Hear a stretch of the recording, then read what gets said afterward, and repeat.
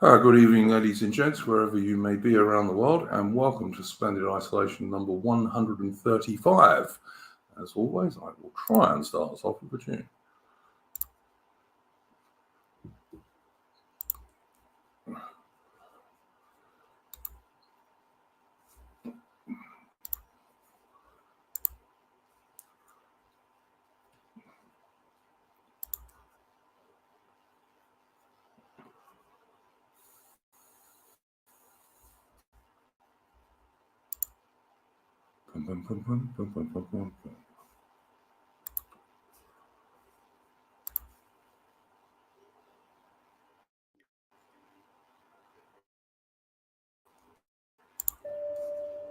Take up the white man's burden,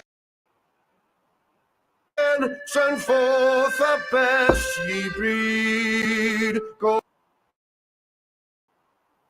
bind your sons to earth, your captives need, to wait in heavy harness on flooded folk and wild. Your new God sullen peoples have devil and have child.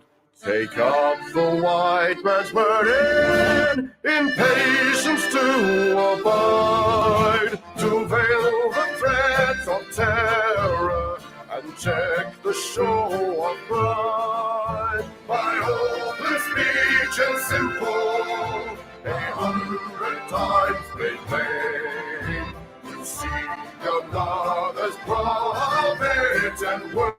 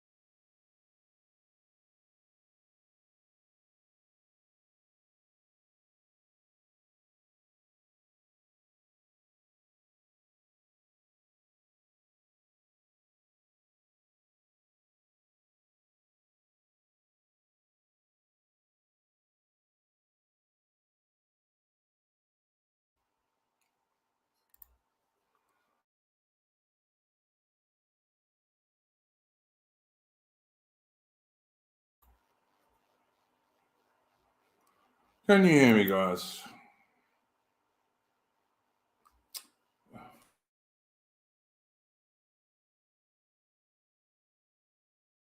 Well, I can hear you.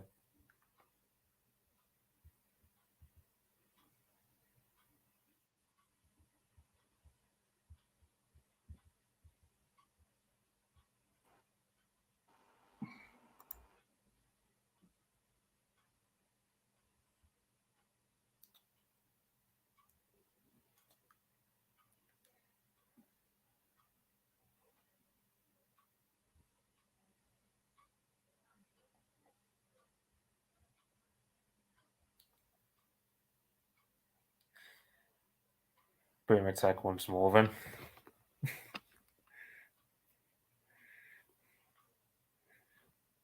Yeah. I suppose it'd be like another half a minute or something till we see Duke come back on. But yeah. And then wondering what my avatar is. It's a guy called Victor Soy, who famous Russian rock star from the 80s who died too young. Yada yada yada. Like I mean, I'd recommend his music, I suppose. Is it working, Mitch? I can hear you. Can people hear me in the chat, guys?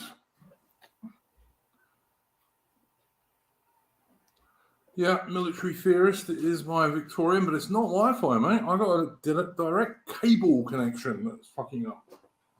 Working, good stuff. Sorry about the song, guys. It was obviously Chris Gard. Do go and check out his channel. Mitch, how you going, mate? Same old, same old. As always. Yeah. A couple of subjects this week that I thought we'd talk about, but do you have one first subject you wanted to bring up? I mean, I've largely just been keeping tabs on stuff like the supposed war coming on in Niger, which doesn't look like it's going to happen. I mean, 1 minute it looks like it's going to happen, next minute, and now I hear that it's not because of lack of military readiness, apparently on part of ECOWAS. So perhaps we're going to be saved from all the refugee hordes. Yeah, maybe. I mean, that's my only investment in all this crisis anyway. It's just Morgoth's law, basically. Yeah, no, obviously, anything that happens there is just going to lead to another load of economic migrants, basically. I don't see the French just handing all that over, to be honest, but we'll see. I mean, it's not just I that. can't say I'm vitally interested in it, to be honest. Like, I mean, it's like the same with me. I mean, you get certain what's the word? Clout chasers on Twitter on the Russian side who will just claim that, oh, well, this is awesome, like big play between Russia and France. And it's like, it can be, but I mean, it's basically just an ethnic turf war between like the Nigerian elites, where the president who got deposed, he's an Arab in a country that's like 99.5% non-Arab. Yep. So he was just seen as a minority. He shouldn't even be there. Whereas the guy who replaced him comes from the biggest ethnic group known as the Hausa people, who also dominate Nigeria next door. So yeah, Nigeria's got like I think 2 or even 3 pretty big groups of people. 4 from what I correct, but the 4th one is like it's coalition with the biggest one. You got in the south along the coastline, you got the Igbo people. They're your more high IQ Christian types, but they number far fewer. Their birth rate is dwarfed by that of the Northerners, who belong to the Hausa people, who are the Muslims, and while they're not smarter, they breed a lot more, so they're just going to naturally dominate. Yeah, I think there's also more Hausa guys in the army as well. Yeah, then you get the central part of the country where it's run by the Yoruba people, who are kind of like pig in the middle. Half of them are Muslim, half of them are Christian. Then you get this 4th group called the Fulani, who they're too small to really do anything by themselves. They just act as grunts on behalf of the Hausa, basically. So that's Nigeria's ethnic quabbles, you know. And it's like, and the thing is, the Northerners are pastoralists, while the Southerners are agricultural farmers. And because of that, they'll just conflict with each other all the damn time over land. And in most of that area, as far as I understand it, and I've been looking into it a little bit over the last week or so, the pastoralist guys tend to be a bit more warlike and tend to do a lot of bullying of the farmer types. Yeah, I mean, it's like you take the Indo-European ancestors of ours. Well, they're pastoralists and they're more warlike. It's just like a trend in history where pastoral farmers got a lot more free time on their hands. They can practice stuff like more martial pursuits. So you get the likes of the Tuaregs in the steppe, or Indo-European Yamnaya, or the Mongolians, or the Turks, or whomever. Yeah, 100%, mate. Yeah, absolutely true. But like I said, I think what happens there is really going to depend on what the French decide to do. If the frogs decide that they want to try and do something about that, and I suspect they will, because otherwise they're going to lose so much influence in so many different places, then I think you might end up with a war there, but we'll see. Well, yeah, I mean, on one hand, it also depends a bit on Nigeria, because they're going to be providing most of the manpower into all this, as well as the logistical support in terms of the ports and so on, and the infrastructure. So, and you get all the other like countries like Senegal or Benin, they're too small and pathetic to do anything. really. It'll be mostly Nigeria and France doing the heavy lifting, which that's the thing. Like Nigeria, they pretty much said we're not militarily ready to take on Niger, even though Nigeria's population is something like 218 million, whereas Niger is. Oh no, Nigeria's got much the most powerful. Nigeria's got much the most powerful army in that part of the world. They've got a much more powerful army than Niger.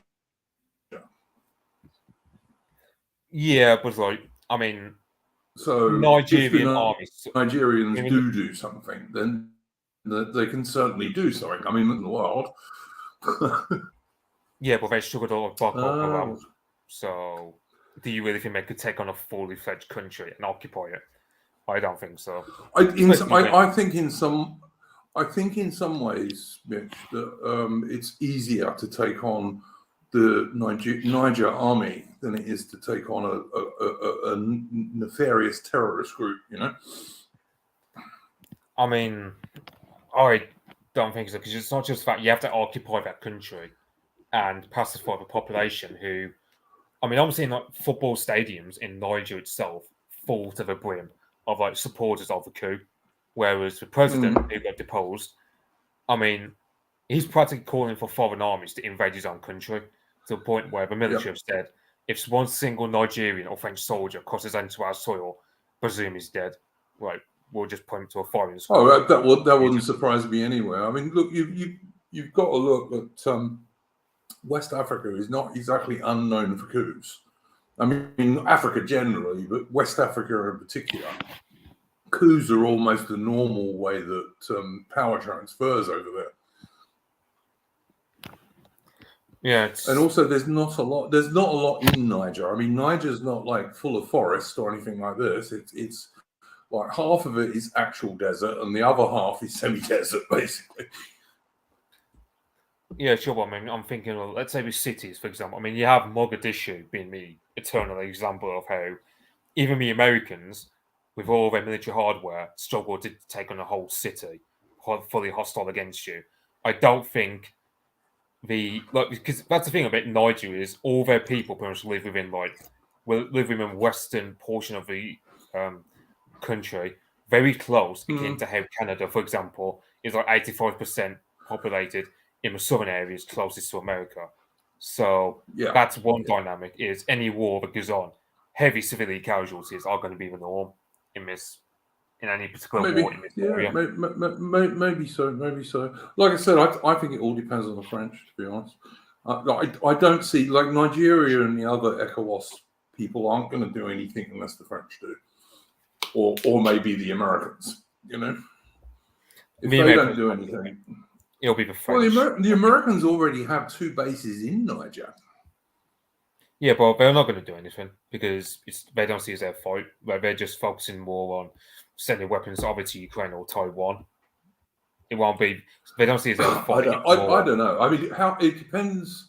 It depends, Mitch, how true this stuff about Wagner is. If this really is a Wagner coup, and I'm not sure it is, but if it is, then my guess would be the Americans wouldn't like that at all. But I mean, I don't know, as I say, and I'm not convinced it is as much of a Wagner operation as some of your Russian fanboys might think it is. Yeah, I mean, I'm sure Russia and Putin would encourage it just to upset the West, but whether they're actually putting much resources into it is a different story entirely. Well, I can imagine, for argument's sake, you get the coup plotters. They'll just go to Russia and go, okay, if we do this coup and we ask for aid, would you provide it? I can imagine that, but I don't think it would have mattered anyway if Russia supported or not. That president was very unpopular anyway. And the military. I don't see Russia being able to provide these coup guys with much in the way of equipment. I mean, they're fighting a bloody great war in Ukraine as it is.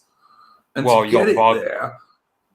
But they've still got to get it there. They've got to get it there, Mitch. They've got bases. The only way they can do it is to fly stuff. They've got bases in Libya, so it's not impossible. Yeah, but to get it from Russia to there, they've got to fly it to Libya or Syria or somewhere, and then from there on to Niger. So they're not going to be sending them a lot. because you can't get that much in an aeroplane, you know. Well, the whole point of Wagner is that they're a private entity. Well, supposed private entity means really sketchy lines, but you get the point. It's something like a foreign engagement in Niger, for example. Wagner would shoulder the cost. It wouldn't really be much of an MOD. The MOD might produce some gear and sell it to Wagner, who then sell it over to Niger, or they'll send it over in a plane over to... Because they've got bases in Libya, they've got bases in West Africa. It's not exactly impossible for them to supply their own guys in that area of West Africa. You can. I mean, look. You. What I'm trying to say is, if you're going to like give a lot of aid to somewhere, the only way you can do it really is by sea. Even today, even if you use pretty heavy transport planes, you can't carry a lot in an aeroplane. And I doubt very much that the Niger army is actually short of like AK-47s and shit like that, you know.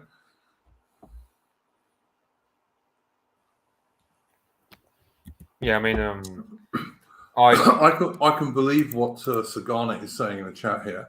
There was a female analyst, and of course it was a female analyst, saying that Britain should attack Wagner in Africa. What a surprise. Yeah, what a surprise. I mean, it's not impossible, sadly, because Britain does have troops in Africa and does operate in West Africa. The ex-British bits like Nigeria and Ghana and Sierra Leone, etc. They do play around there sometimes. So that's not impossible, although I hope it doesn't happen myself. Yeah, so, I mean, someone brought up in chat by how the Russians armed the Ethiopians in the 1896 war. So, again, it's not impossible for Russia to be able to send weaponry over to Niger amidst this war, specifically Wagner. But they won't be able to send them heavy stuff, is what I'm trying to say, Mitch. They can't send them armor or anything like that. I mean, do you think that it's going to be... I mean, it's probably just going to be a largely urban war. It's not going to be like a countryside war, like the Toyota war between Chad and Libya. I don't know, man. I think every war that I've seen recently in that part of the world has been light armor, mostly wheeled light armor, operating in the semi-deserts. There hasn't been a lot of like fighting in towns.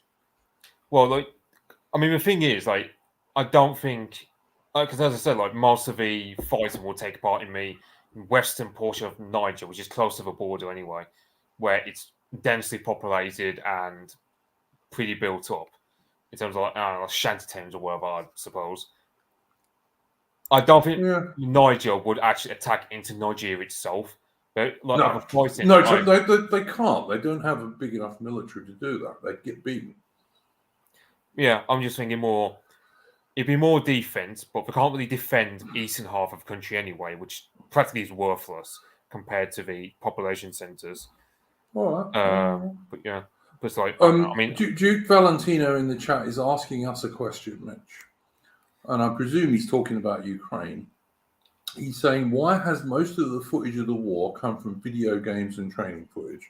I don't think most of it has, actually. I don't know what you think, Mitch. Well, not most of it, but I mean, a lot of them. Some of it has, yeah, and some of it on the Ukrainian side for the most part. But yeah, I've not known a single Russian source to play off his armor-free game footage as Ukrainian war footage. I mean, it's only the Ukrainians have done that sort of thing several times. To be fair, they have. Yeah, but you're right. I don't think the Russians have. Yeah, I mean, the Ukrainians are... I mean, it's like Visegrad, for example, they're the worst offender of this, in that they use video game footage to show, like, I know, a Russian plane getting shot down or whatever. And meanwhile, you just look at the trees and you go, they're very pixelated trees for what supposedly is meant to be a natural setting. It's also... The other thing I would say is that, like, you follow far more channels on the war than I do, Mitch, because you speak Russian. But even me, I see some footage that I look up from time to time, and the vast majority of the footage that the Russians are putting out is too damn bloody to put on the mainstream media, to be honest with you. There's too many bodies. Yeah, I've seen some this morning where it was actually just bodies piled upon bodies inside a bloody trench that the Russians took over. Yeah, and I mean, obviously, the mainstream media is so biased against the Russians in the West that they're not going to show that anyway, because these are Ukrainian bodies, by the way. But also the general mainstream media thing is they don't show loads of dead people, and they don't show people getting killed, generally speaking. And there's a lot of video footage from the Russians that do exactly those things. And they are most definitely not from video games. AI, how are you going, mate? I'm okay. How are you, Iron Duke? Yeah, I'm very good, mate. We've just been talking about the possibilities of war in Northwest Africa, like Niger and Nigeria and what have you. So I don't know if you've got any views on that stuff. Yeah, I've been following a bit. I mean, it kind of looks like You're not very loud. You're not very loud, AI. Your sound's a bit low. Okay.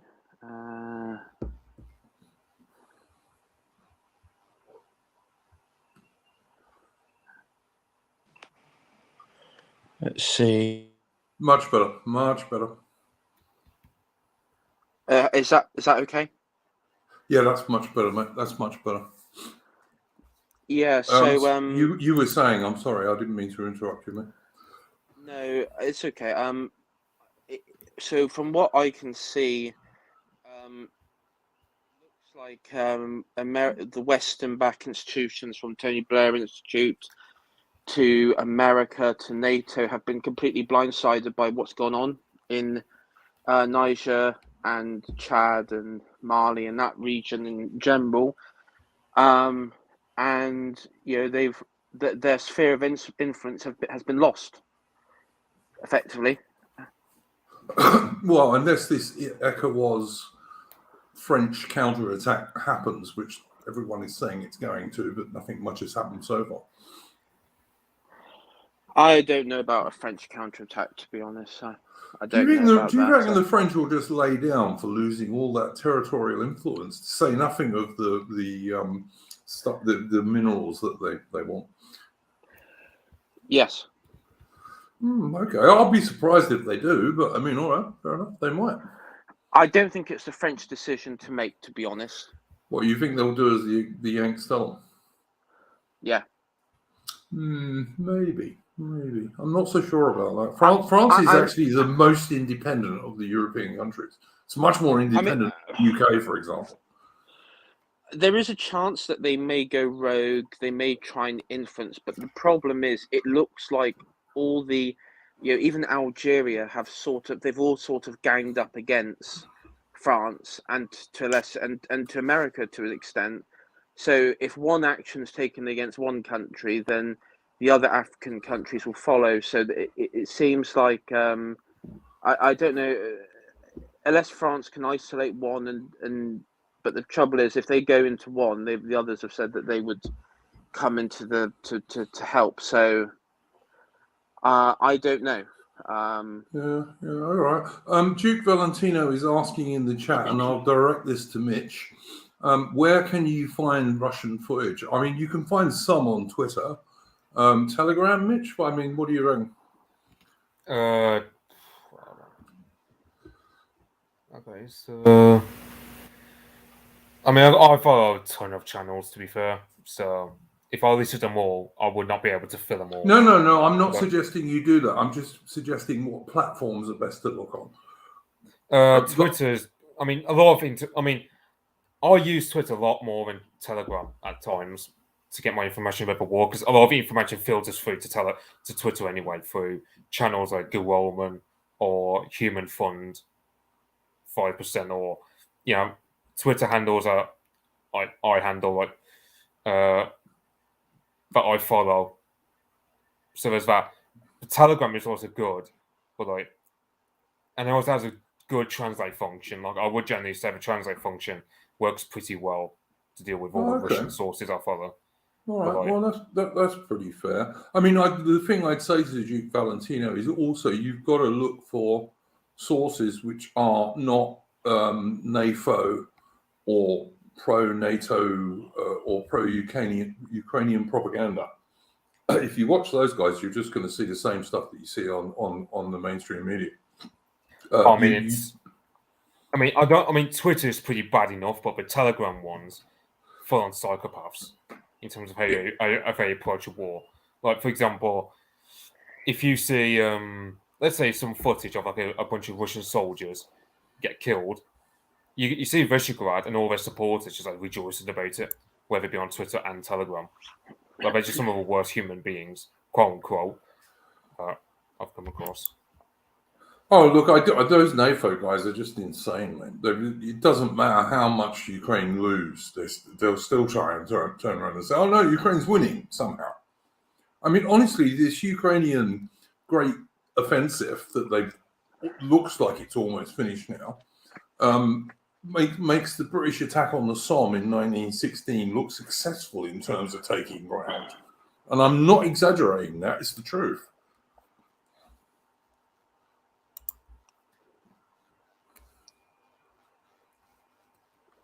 Like the British offensive on the Somme, which lasted, like, by the way, for months. The Somme battle wasn't one day, as you might get the impression from if you watch popular history. By the end of the Somme, the British had actually taken quite a lot of territory, certainly a hell of a lot more than the Ukrainians have in this offensive. So, yeah.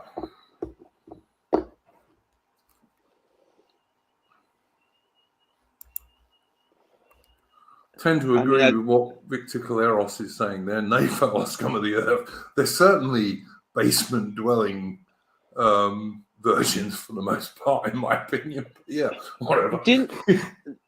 I don't know if it was them, Iron Duke, but right back along during the start of the conflict, there was a group on Reddit who were basically like American left-wing Ukrainian Zelensky supporters, and they went over to join, and there was like a group. It was like the Reddit. It was called the Reddit Battalion, and this group of them went over to as volunteers for Ukraine, and they were sort of basically LARPing and posting their location, and some like frog scouring Reddit basically took a screen grab, sent it to the Russian military, who then in turn bombed the barracks.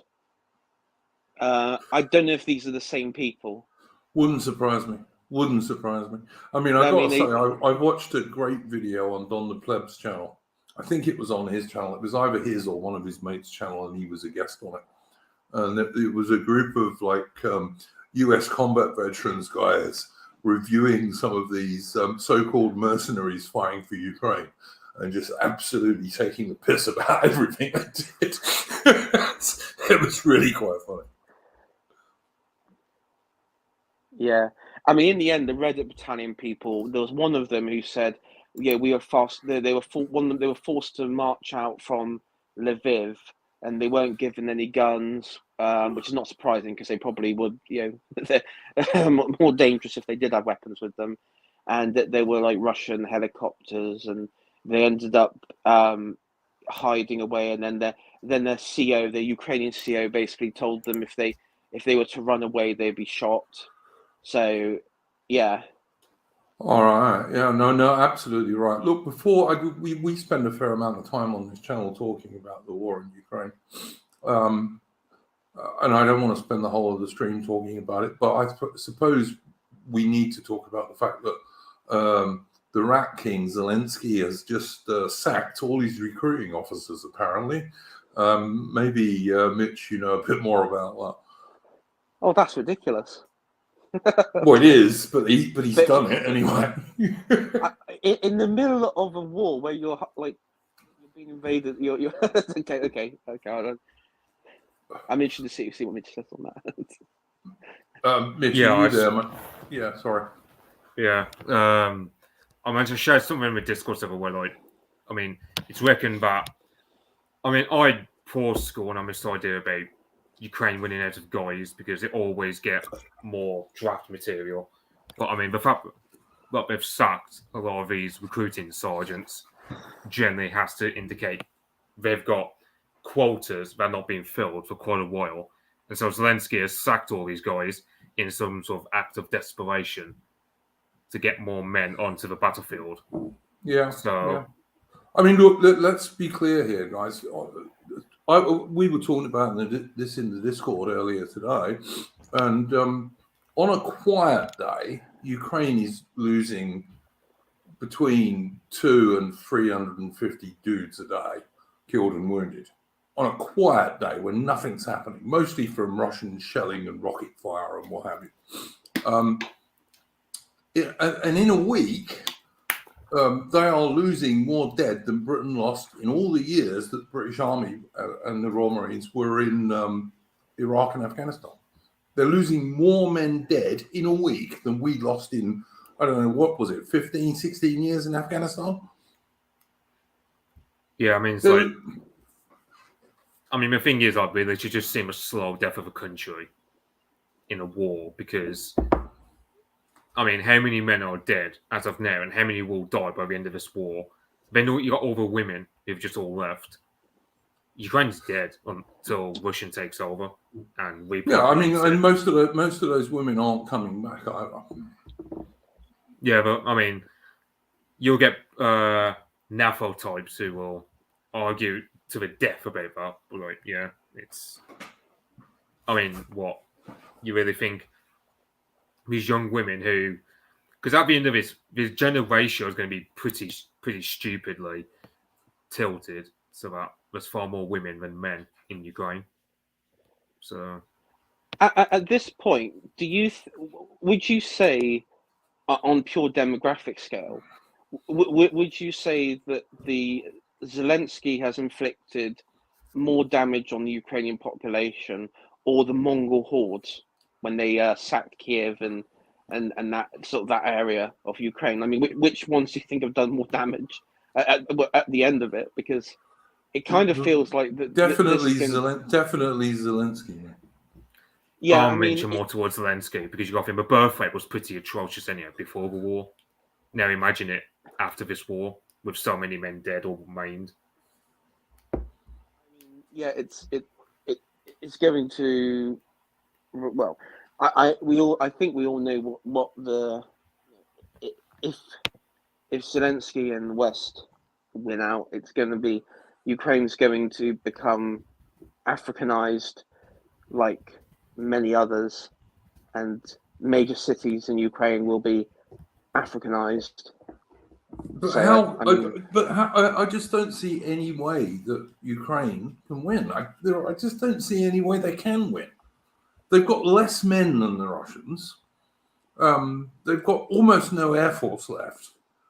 They've got far less artillery. They've got far less armor. They're dependent totally on Western financial support. Like basically the whole country is just dependent on Western and especially American financial support. They're losing a generation of their young men. In fact, probably more than one, because as someone said in the chat, you quite often see guys in their 40s in the Ukrainian infantry already, which is, an infantry soldier is a young man's game. Trust me, I did it for years. It's not something I'd want to do in my 40s. Certainly not as a private. There is no way Ukraine can win this war that I can say. Just no way. How? Yeah, I mean, I just mentioned so the Kievan Rus, for example, before the Mongolian invasion, they had a population of 7.5 million people. They lost 500,000 people because of the Mongolian invasion. Meanwhile, Ukraine has lost at least 250,000 men at the very least, or 400,000 at their highest. Not to mention how many women in their droves have left, never to come back. I mean, Ukraine, as I've said, is dead as a country. Demographically, it's done for. Not to mention Ukraine, a bit like the Soviet Union after World War II, is going to be totally full of guys who've lost limbs. Yeah, and there's generally going to be some sort of stupidly gender ratio where there'll probably be more men in Ukraine, but that's because so many women have left, especially the young, fertile women you need to sustain a population. for some sort of baby boom. So yeah. It's I mean, honestly, speaking as like a former military chap who takes a lot of interest in military history, I do not see any way how the Ukraine can win this war. I really do not see it. Even if it were to militarily win, though, some sort But of how does it militarily win? No, I'm just saying. I mean, are you suggesting there is any chance whatsoever of Ukraine taking back all that territory that the Russians have taken, let alone even thinking about trying to take the Crimea back again? Well, the thing is, it's fantasy. Well, the thing is, the only way Ukraine could ever win is if the politicians just knackered it up, like the Americans with Vietnam. But with Crimea, that's not going to happen because Crimea is very important to Russian national identity at this point. Well, and it's also very important that Russia has a port on the Black Sea. So yeah. Well, they have Novosibirsk, but you get Sevastopol. I mean, very important, but also there's a lot of Russians there who. Can you imagine like the pictures on like television if, let's say, all the Russians in the area were forced to leave?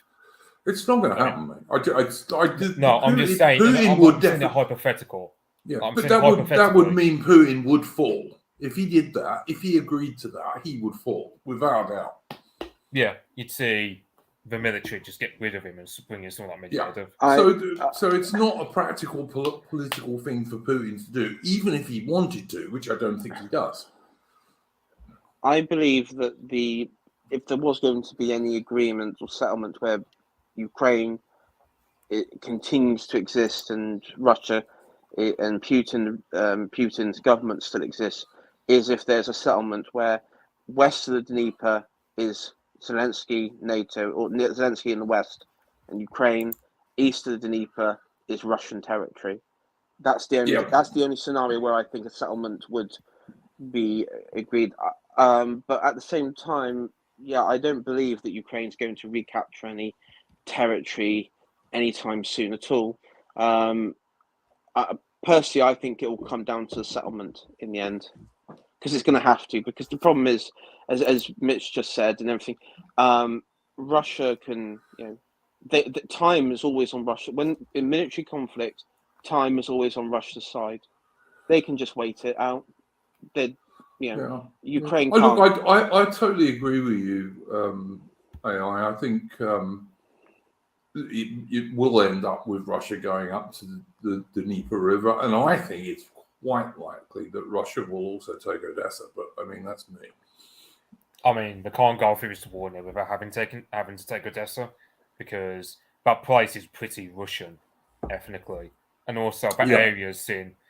Because that's the thing, like when you look at the conscription rates in the country, it's largely the Russian areas that get drafted the most.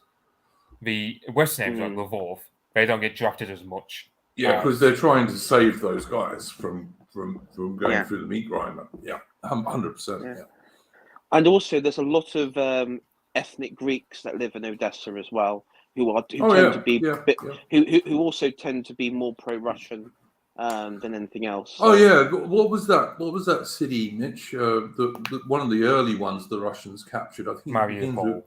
Mariupol. There's loads of Greeks around there. They interviewed some of them. Patrick Lancaster, who's a channel I would recommend on YouTube.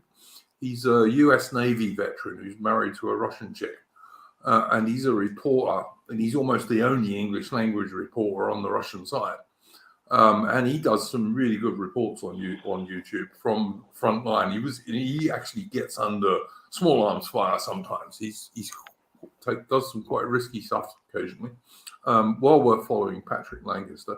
And he was interviewing little old ladies, babushkas as the Russians call them, who were little old Greek ladies, basically. Yeah, because I mean, the Greeks are there because of Catherine the Great. Catherine the Great, yeah.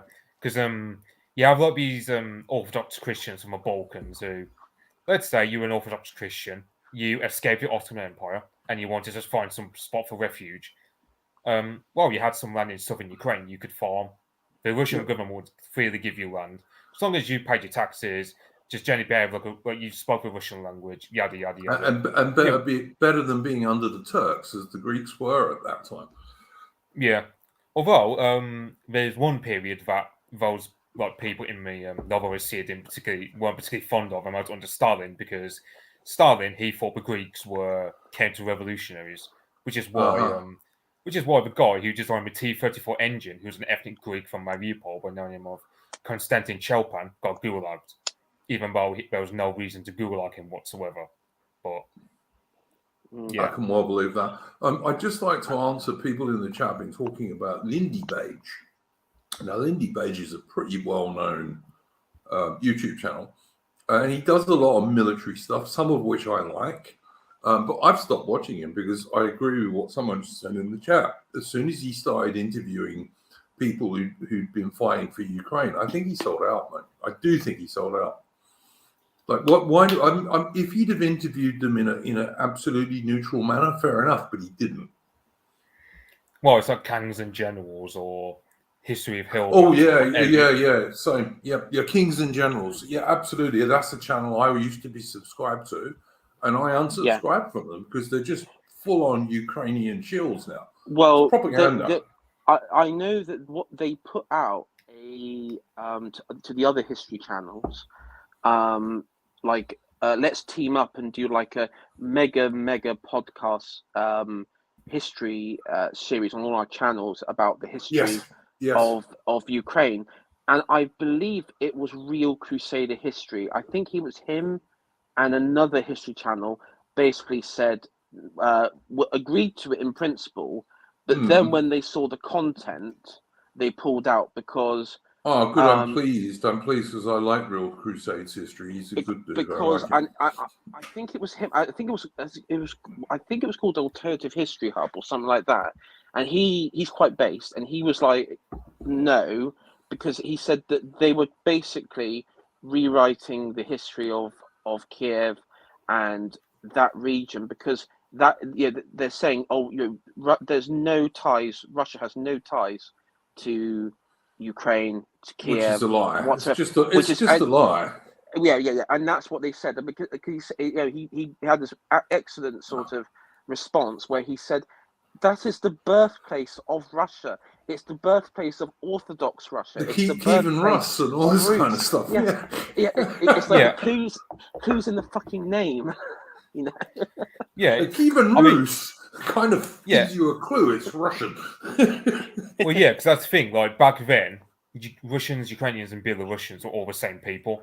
I mean, you could argue they're still very similar people today. Like Danes, Norwegians, and Swedes are basically just all the same people. Just like, I wouldn't describe really the Scandinavians as being very different people. In a similar way to Russians, Belarusians. They're all pretty closely related. Yeah, absolutely. Yeah, I mean like, I'm sorry. I was just going to say, they tried to argue that, the Russians, they intermix with a lot of people like Finno-Ugrics and Turkics or whatever. And it's like, okay, but they speak the Russian language.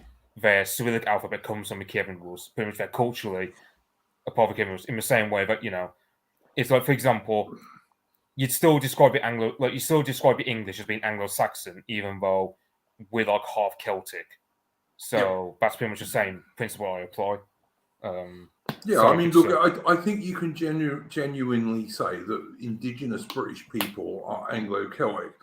Yes, all right, we have got an admixtures of people like the Normans and people like the Huguenots. Yeah, sure, but they're so small that it doesn't really make that much difference. It's overall we're Anglo-Celtic. But the thing there is, even the Normans and Huguenots, I mean, we're all Northern Germanic. We're all from that same group. Absolutely. Anyway. Yeah, 100% true. 100% true. Yeah. I agree with you totally. It's not. It doesn't really matter. I mean, in that regard, and just to respond, because I've seen. I mean, Vingo in chat is basically stating that there is a difference between Norwegians and Danes, and okay, fine. There's a difference, and I think also to is it Balarki? I think what he's getting at, or what he might be, is that the Kievan Rus were Slavic, but the dynasty that ruled over them, the Ruriks, were Scandinavian. That is true. They were Yep. Germanic people, Yes. the dynasty. But the Kievan Rus were Slavic because they ruled over Finnic, Uric, Slavic,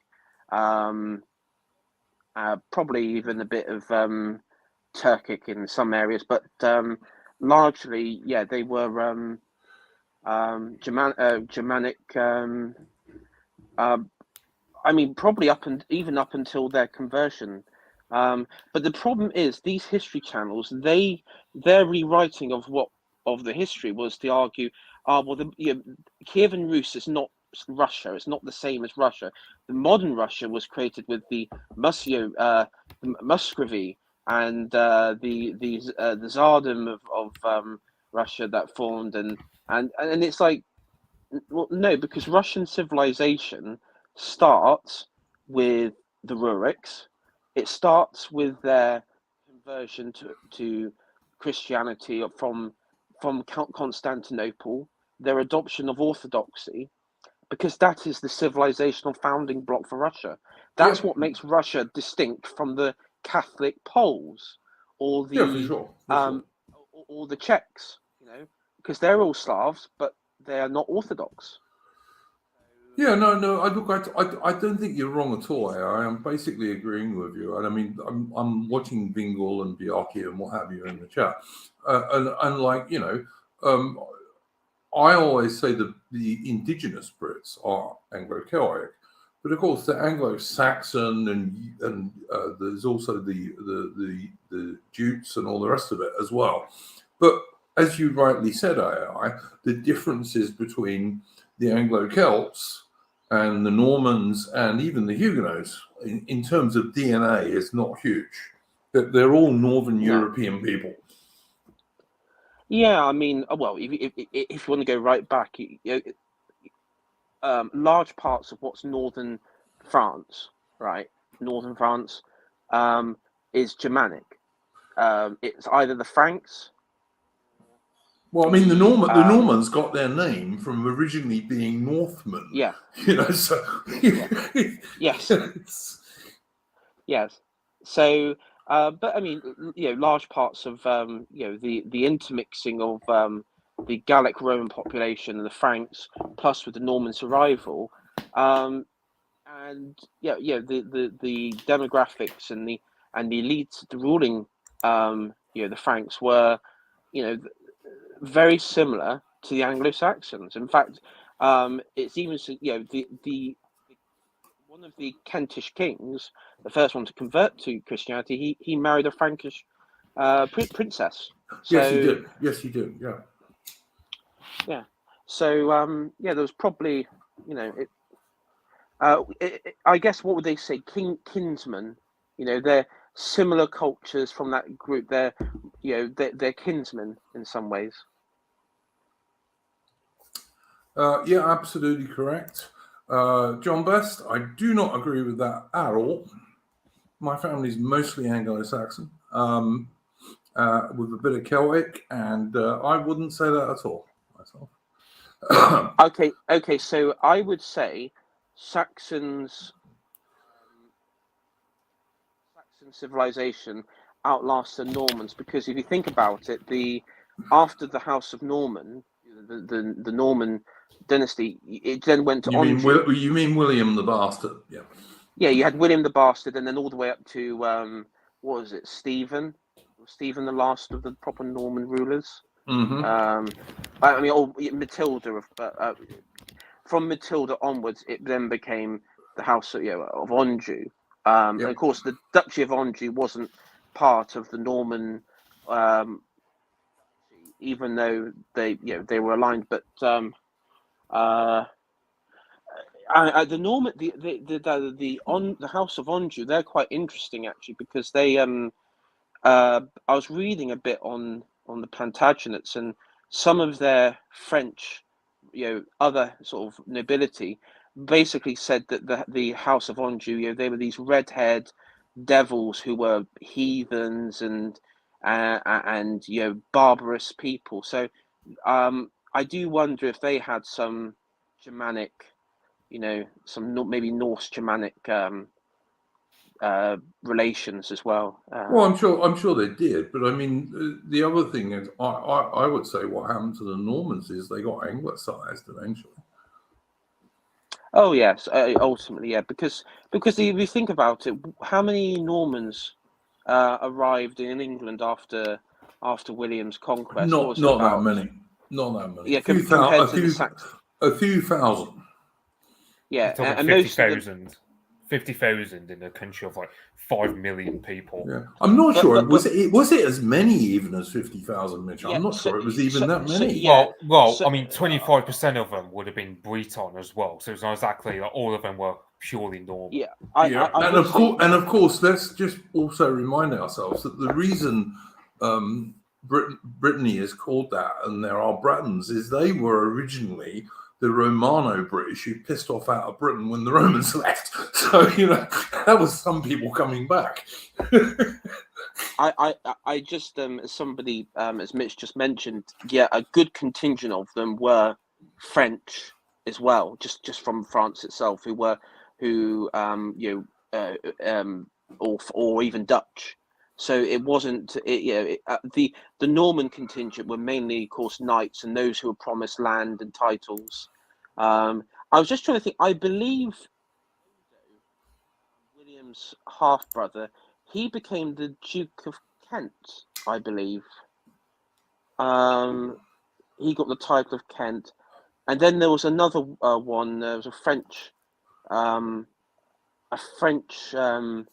bishop who was given the title, the Bishop of Exeter. So, yeah, I mean, but I mean, the point I think is the overwhelmingly important point about this is that all these people who did come to England, and there weren't that many of them really, and it was over quite a long period of time. They were all closely related to the Anglo-Celts, who were the original and are the original indigenous British people. They were all very closely related to them. They were all Northwest Europeans. Yes. I mean, I'm biased against the Normans, but that's just because they ruined the language, I would argue. So there's that. Yeah, but and you're a language guy, and I get that. I do get that. I actually quite like English because you can be so precise in English, more so than almost any other language. It's like I've grown. I mean, on one hand, I can like a lot of the Latin and French words that give you a lot more and it gives you a lot more room to like navigate on what to say. But like English orthography is so terrible because spelling is so damn terrible in English. Oh yeah, we borrow so many words. Yeah, we borrow so many words, especially from French, where you have Niger. Now the Russians, they pronounce Niger like the N word because we use the letter G, but the letter G only has one pronunciation in Russian, which is G. But otherwise, you have to use the ZH in Russian, which is a completely different letter. That's just like a situation where you're having like one letter have two completely different sounds, and it just ruins the language because it's just like, let's say you're a foreigner trying to learn English. The spelling is just so damn atrocious. You have to learn every word by case basis. That's my main problem with English. Yeah, no, I mean, from a language expert like yourself and someone who's really into language, I can totally get that. But I mean, I mostly see it from the point of view of, you have things like you have pig and pork and sheep and lamb and all this kind of stuff, beef and cows and all this kind of stuff. And if you're an English speaker naturally, like I am, then I think that makes English, it helps make English very, very precise. But I can see how, from the point of view of someone who is learning it from as a foreigner, it would make it difficult and does make it difficult. But, I'm not in the business of really wanting people to be able to speak English easily, to be honest. But, I don't care. It's like, I like English. I think it's a good language. I get that it's I suppose you could say it's been bastardized to some degree, but I kind of like the Latin and French and stuff that's come into it because it does enable one to be really, really precise. Yeah, that's my main. I mean, to be fair, I spoke a lot about how much I like Old English, but I mean, Old English. Apparently, Old English at its peak before the Normans only had like 50,000 to 100,000 words, compared to English today, where we got like at least 750,000, if not a million words in the language. Which means, as you said, we can be very specific in what we say. There's some concepts where other languages have that we can't really easily explain, like the Welsh word hilaif, which is like a sense of anguish mixed with nostalgia. Like, let's say you emigrated and you miss your family and your homeland pretty deeply. That sort of feeling. There's no word for that in English. I suppose you have the word anguish, which is close enough to it. But aside from that, I mean, it's like, for example, I know like Russian slang has a lot of English words in it because, yeah, or you get countries like Germany, the Netherlands, and Scandinavia, where a lot of them will actually speak some English words into into their everyday speech because English just affords them that flexibility that their home languages just don't afford them. So Yeah. So, but it's like, but as I said, like the thing is with English, it's the spelling is so goddamn awful because we only have 26 letters. But like, Yeah, I don't agree with Ashen Duke, by the way, who's saying English is pretty much Esperanto. No, it's not. I mean, it's a language that's spoken around the world, but I think that's got more to do with the British Empire than anything else. But you know. Well, yes. I mean, yes. But I know, I mean, for example, you take languages like Russian, for example. I mean, Russian borrows a lot from. I mean, it's like German, for example, is put down as the most Germanic language, but even then, like at least a third of their language, in terms of the words used, are either French or Latin or Greek. So they're the same as us. Mitch, I'm pretty sure that there is also a academy in France that regulates their language, as well as Spain. I'm pretty sure the French. I'm not sure. Yeah, for France definitely has something like that, mate. They do, because I know there was a big stink a few years ago about what Wiggles just said in the chat when the French used to say "le weekend." They don't like that. Yeah, I know Italy, for example, they've had a lot of spurging out because they don't like using words like computer because it's an English word, even though the word computer is a Greek word originally, for example, because they don't like the sort of anglicized words reaching into their vocabulary, and it's like, I mean, and I'm just like thinking, meh, like some English words are not even English in origin. They're more, it's like, I don't know, let's say the word cringe, for example. Yeah, cringe technically is an old English word from what I've heard, apparently, which I'm surprised by, but yeah.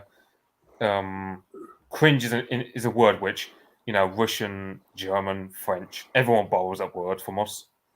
So yeah. Victor Kaleros is saying in the chat, Mitch, that there are lots of German words in Russian. Is that true? Wouldn't surprise me because there were loads of German immigrants into Russia. Yeah, it's largely Peter the Great and Catherine the Great who put, because they're very ardent Germanophiles, but they also got a lot of French words into Russian as well. Like the Russians also had they had a lot of aristocratic Germans also, like high up in the court in Russia. Like some of their best generals in the 19th century were German descent guys. Yeah, so one of the most famous Russian generals of the Civil War period was Peter Wrangel, who was a Baltic German, for example. Or you got some of like the most capable. You got that Sergei Witte, I believe his name is pronounced. He was a Baltic German as well, who massively did a lot to industrialize Russia before the 1905 revolution. Todd Ben is another guy that I know who was the guy who fortified Sevastopol during the Crimean War from 1854 to 1856 and made it very, very hard for the British and French to capture the place, although we did eventually. But he was another, I think, a Baltic German dude. Yeah, it's like I mean, you get like Russian, as I said. I mean, Russian's kind of similar to English in that because Russian is a very international language, it borrows a lot of words like Mongolian, Turkish, German, French, English. So every international language, like Spanish. I mean, I'd argue Spanish and French don't borrow as much because Latin affords them a lot of really explainable concepts that, for example, the Germanic roots of English just don't afford you. So there's that, like, because Latin, I mean, it's like, yeah, Latin, there's a reason why Latin has always been held as a very prestigious language compared to, let's say, Proto-Germanic or Proto-Slavic or, I don't know, Proto-Turkic or whatever. Wiggles in the chat says Baltic German settlers were nobility. A lot of them were, but also Russia got a lot of more ordinary German settlers. I can't remember where they came from now, but they did. They got loads of them. And during World War II, Stalin moved them all. Yeah, they're called Volgadeutsch. The Volga Germans, yeah. Thank you very much, Mitch. Yeah, that were the guys I was thinking about.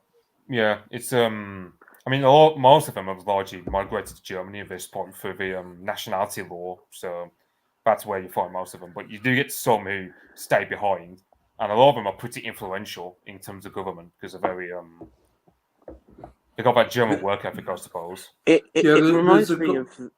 Sorry, carry on, mate. I was just going to say it reminds me of the Saxon contingent in Crimea, but also the Saxons of the Carpathians in Romania. I don't know. I don't know. Are there any Saxon Germanics in Crimea left, or I imagine they probably all gone now. Well, I mean, also don't forget that the Wagner Guard in the Byzantine Empire became after 1066. It became mostly a British Anglo-Saxon guard. Yeah, so she had like something like 10,000 men went over to the Byzantine Empire, and a lot of them, and they were given land in Crimea, which, to be fair, the land wasn't technically theirs to give because it was taken over by Turkic tribes. However, the Anglo-Saxons were fierce enough to take over the land. The thing was, so in the Crimea, there's an old language there called Crimean Gothic that died out by the time Peter the Great came to the throne. But like we get like little fragments of it here and there, where like the real basic parts of that Crimean Gothic language, pretty easy to cotton onto, in a similar way to how you can cotton onto some part of German as an Englishman, because we've got a lot of shared words for very basic concepts. But yeah, I mean, the problem was the Crimean Khanates, the Crimean Tatars, would take these Germanic tribes in the area for slaves. So the language just died out over time. Oh, yeah, for sure. Steve in the chat is rightly saying Jonathan Poll, and I've been on Jonathan Poll's streams about, I don't know, 3 times maybe. Jonathan Poll is excellent on the Volga Germans, and he really is. He's a good dude on that. He's also an author who's written some quite serious academic books.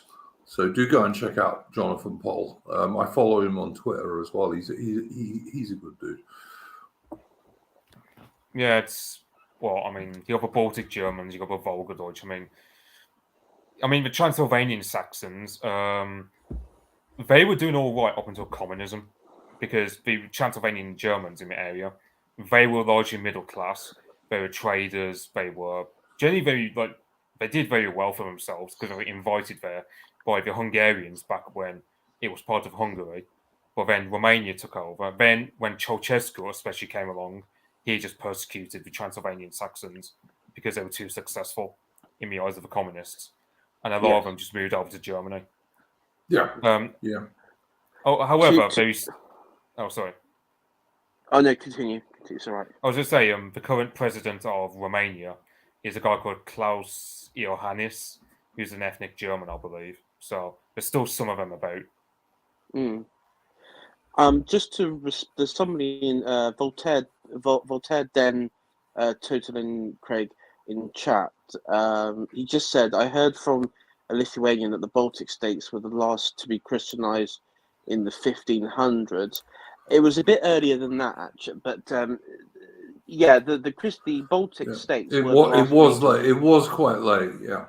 It was like, I think officially the last Lithuania, the Duchy of Lithuania, was the last to be Christianized. But by the time of the 1400s, when the Duchy of Lithuania was encompassing Lithuania and I think what's now most of Belarus and White Russia, and all the way down to Ukraine and such, so a good portion. Most of their subjects were Orthodox Christians, but the Lithuanians and themselves were still pagan. And I believe it was in 1389, through a marriage with the Polish queen, the Duke of Lithuania was christened a Roman Catholic along with his nation, and so all of his family and stuff were Christian then. What I can see, because I did look into the subject, there wasn't any pushback in Lithuania amongst the pagan population. It seemed to have gone quite smoothly. There was, however, I think it was in 1415, you had the last reported pagan, I guess, sort of area in this I forgot what it's a bit of Lithuania that's on the coastline, that there was like still a small pagan. That That's right. That would sound right to me. 1400s, not 1500s. By the Yeah, 1500s, Europe was almost, I think, pretty much entirely Christian by the 1500s. I mean, but I mean, the thing though is probably pagan practices, like certain rituals and festivals, probably still went on well into up until now. For sure. Yeah. But the actual pagan religious structure, I think by 1415 was non-existing at that point, because the way that the Catholic Church, and when it came in, operated, like with most of the kingdoms, it made it impossible for a rival pagan religion to really continue without anything noticed. And they kept some of the practices, and they were helped by that, because the church, initially anyway, used to often build churches on pagan sites and would adopt pagan festivals. I mean, Christmas arguably is really a pagan festival in terms of when its date is. You could say the same sort of thing about New Year and what have you. But but by 1500, all of Europe was pretty much Christian, I think. Yeah, I mean, the last holdout, I guess one could say, is the Sami people in the Arctic Circle. They remained pagan. I guess if you want to use the term pagan, until I think it was the 1700s. But they would never went to Catholicism. They went straight to the Lutheran sort of the Lutheran religion there, and unless it was a Sami living in the Russian zone, where of course they were more inclined to go Orthodox. In Finland, they're a big deal in Finland, which of course originally was Russian. Finland was Russian for a very long time. Look, I don't want to keep talking about Russia all the time, because this is basically a Anglo-Celtic British Old Commonwealth stream, but I would like to just we can maybe switch it a little bit. Voltaire den Ben Craig says, Bjarke, I support paganism, but I don't know if there's any that's around today that is the real thing. It is possibly a modern reconstruction, a decomposed zombie brought back to life. Look, I'm not a pagan, but I would say one pagan I really like is Survive the Jive. He's a good dude. He's a British dude, a very good historian, and has an excellent YouTube channel. he's a pagan, and I think he's probably about as authentic as you're probably going to find, to be honest. Well, if you want to be a pagan, you have to follow the pagan a pantheon of your race, effectively. Yep. And if you're like an American living, like, say, in Minnesota, and you're following like a Hellenic, the Hellenic scene, or like the revival Slavic church or something, and you have no connection to that. I mean, like with most pagan, like neo-pagan movements, it then just becomes globalist bollocks at the end of the day. Yeah, look. I think there are two sorts of pagans. There are your hippie pagans, all right, including many people who claim that they're those guys the Romans didn't like for very good reasons, who pissball around Stonehenge at certain times of the year and this kind of stuff. And those hippie pagans I have no time for whatsoever. But Biaki, I don't not like you at all. I think, as I said, I think if you look at Survive the Drive, who's a good British dude, he's a married bloke with kids, and tries to be a pagan looking at it historically, I got no problem with him. I got no problem with him whatsoever. He seems to be a genuine dude. So it's not that I don't like you at all. I think that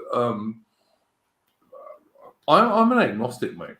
And I used to be an atheist. I'm not anymore, but I used to be an atheist. But now I'm an agnostic. I just don't know.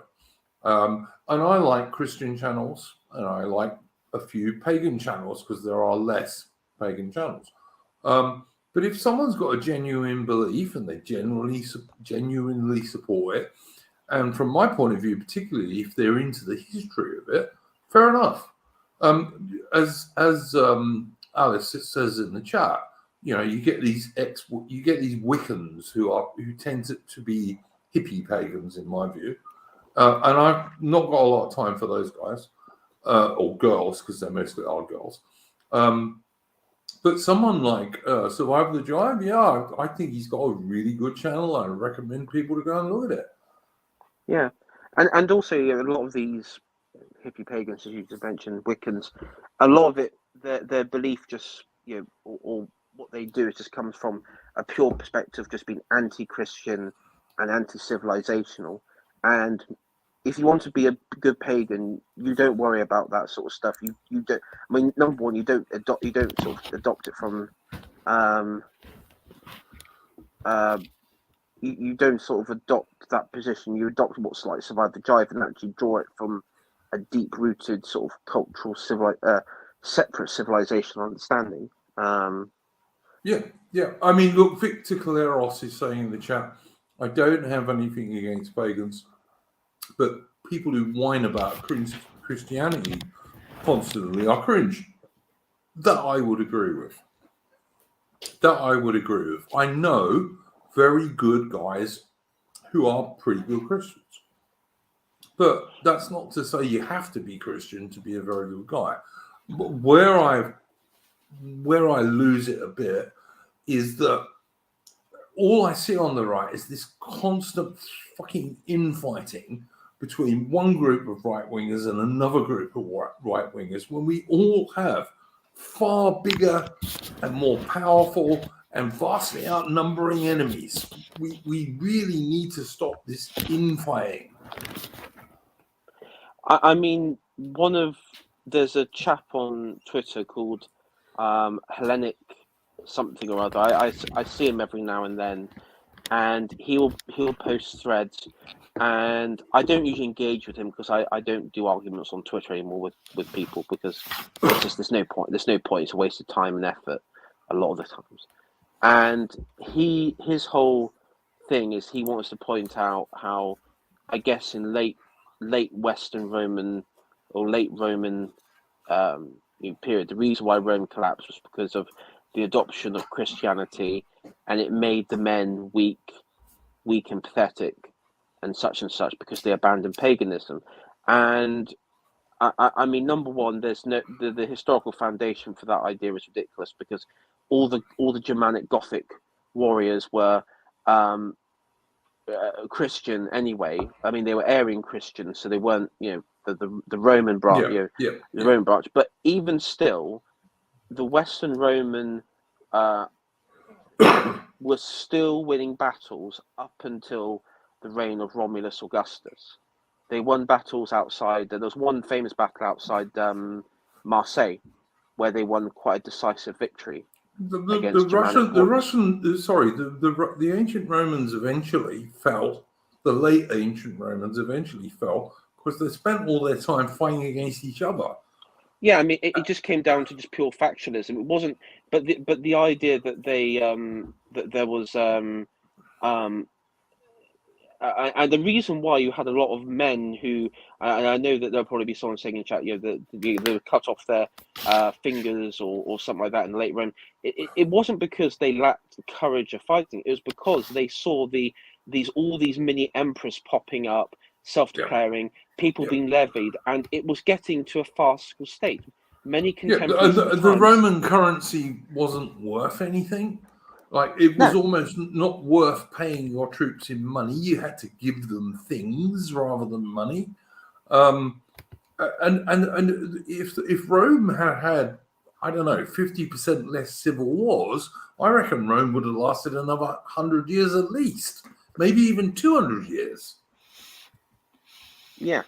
And also, I mean, there was the problem that a lot of there was a sizable, well, I will say sizable, the Odoacer, who obviously, sort of death blow of the Western Roman Empire, he was a Romanized Goth or Gepid, depending on which view you take. And he was part of the patrician class. So he wasn't like, I know, like in Hollywood and some sort of documentaries channels, they like to paint him as the outsider, but he wasn't an outsider of Rome. No. He wasn't an outsider at all. Theodoric of the Ostrogoths, again, he wasn't so much outside because he was aligned to the Eastern Romans mainly. So they were all sort of. And he originally started off fighting for the Romans. So yeah. I mean, they were all part of the same class, and they were part of the same I think Steve makes the main point that I think is, let's save the religious debates until after white people are saved. Then we can argue about that stuff. Because at the moment, we just need to grab allies where we can, and we need to be a relatively big tent. And like I said, I'm in the fortunate position that I'm not on one side or the other of this. But Steve is entirely correct. And also, I noticed Alice in the chat was pointing out that some of this comes from Gibbon, and it does. And Gibbon, his Decline and Fall of the Roman Empire, is a great book, but it was written in the 18th century from a particular point of view.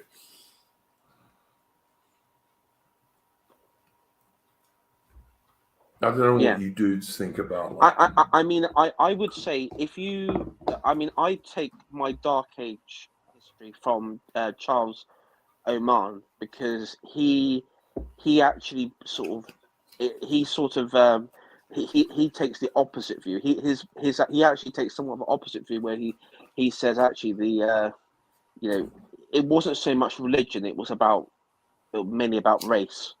The reason why the ascendant, so the Dark Ages were, or what you would call the Dark Ages, was the ascendancy of the Germanic people, and even in the Eastern Roman Empire, because during this time, the Greek, the sort of Byzantium Greek aristocracy, ruling class, were actually temporarily overthrown by Grekified. They're called Isaurians. They came from southern Anatolia in the mountain regions, and they were considered quite barbarous individuals themselves, and they took control. I think it was Zeno. He was part of that ethnic group of Greeks, and and they were quite, they weren't the same sort of Greeks that you would have got in more metropolitan centres. So, even there, you had this, this sort of change of leadership style. Yeah, no, I don't disagree with that. Mitch, what's your view on this religious stuff, particularly given that obviously the Russians are Orthodox, and you've had this stuff in Ukraine with the Ukrainians trying to separate their Orthodox Church from the actual Russian Orthodox Church, and all this stuff. What's your view on that, mate?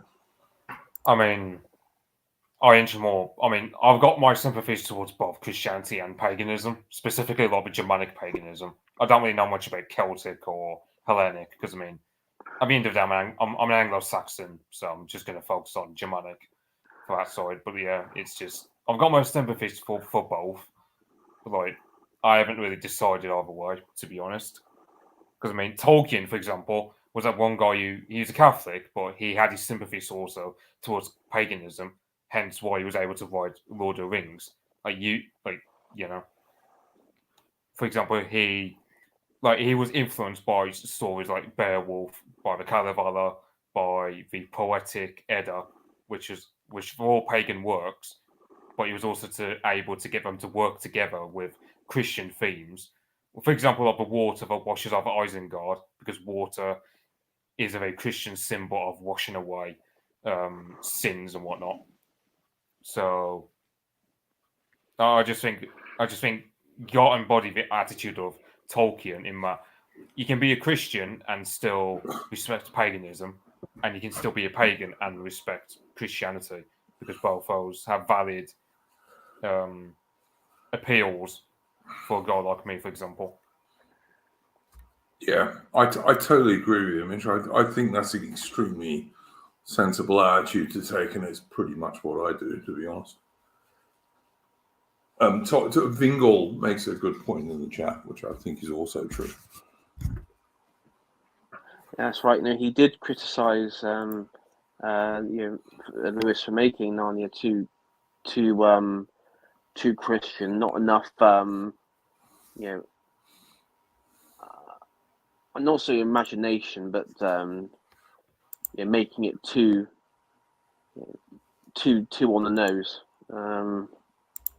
Too obvious, yes. Yeah. He wasn't. Tolkien was not a big guy for making stuff like bashing you over the head on things, He protested against the Vatican II stuff, for example, but he wasn't exactly the kind of guy to also shove every single damn Bible verse, for example, in your face through Lord of the Rings. Like, for example, he never would have either, because he was so much.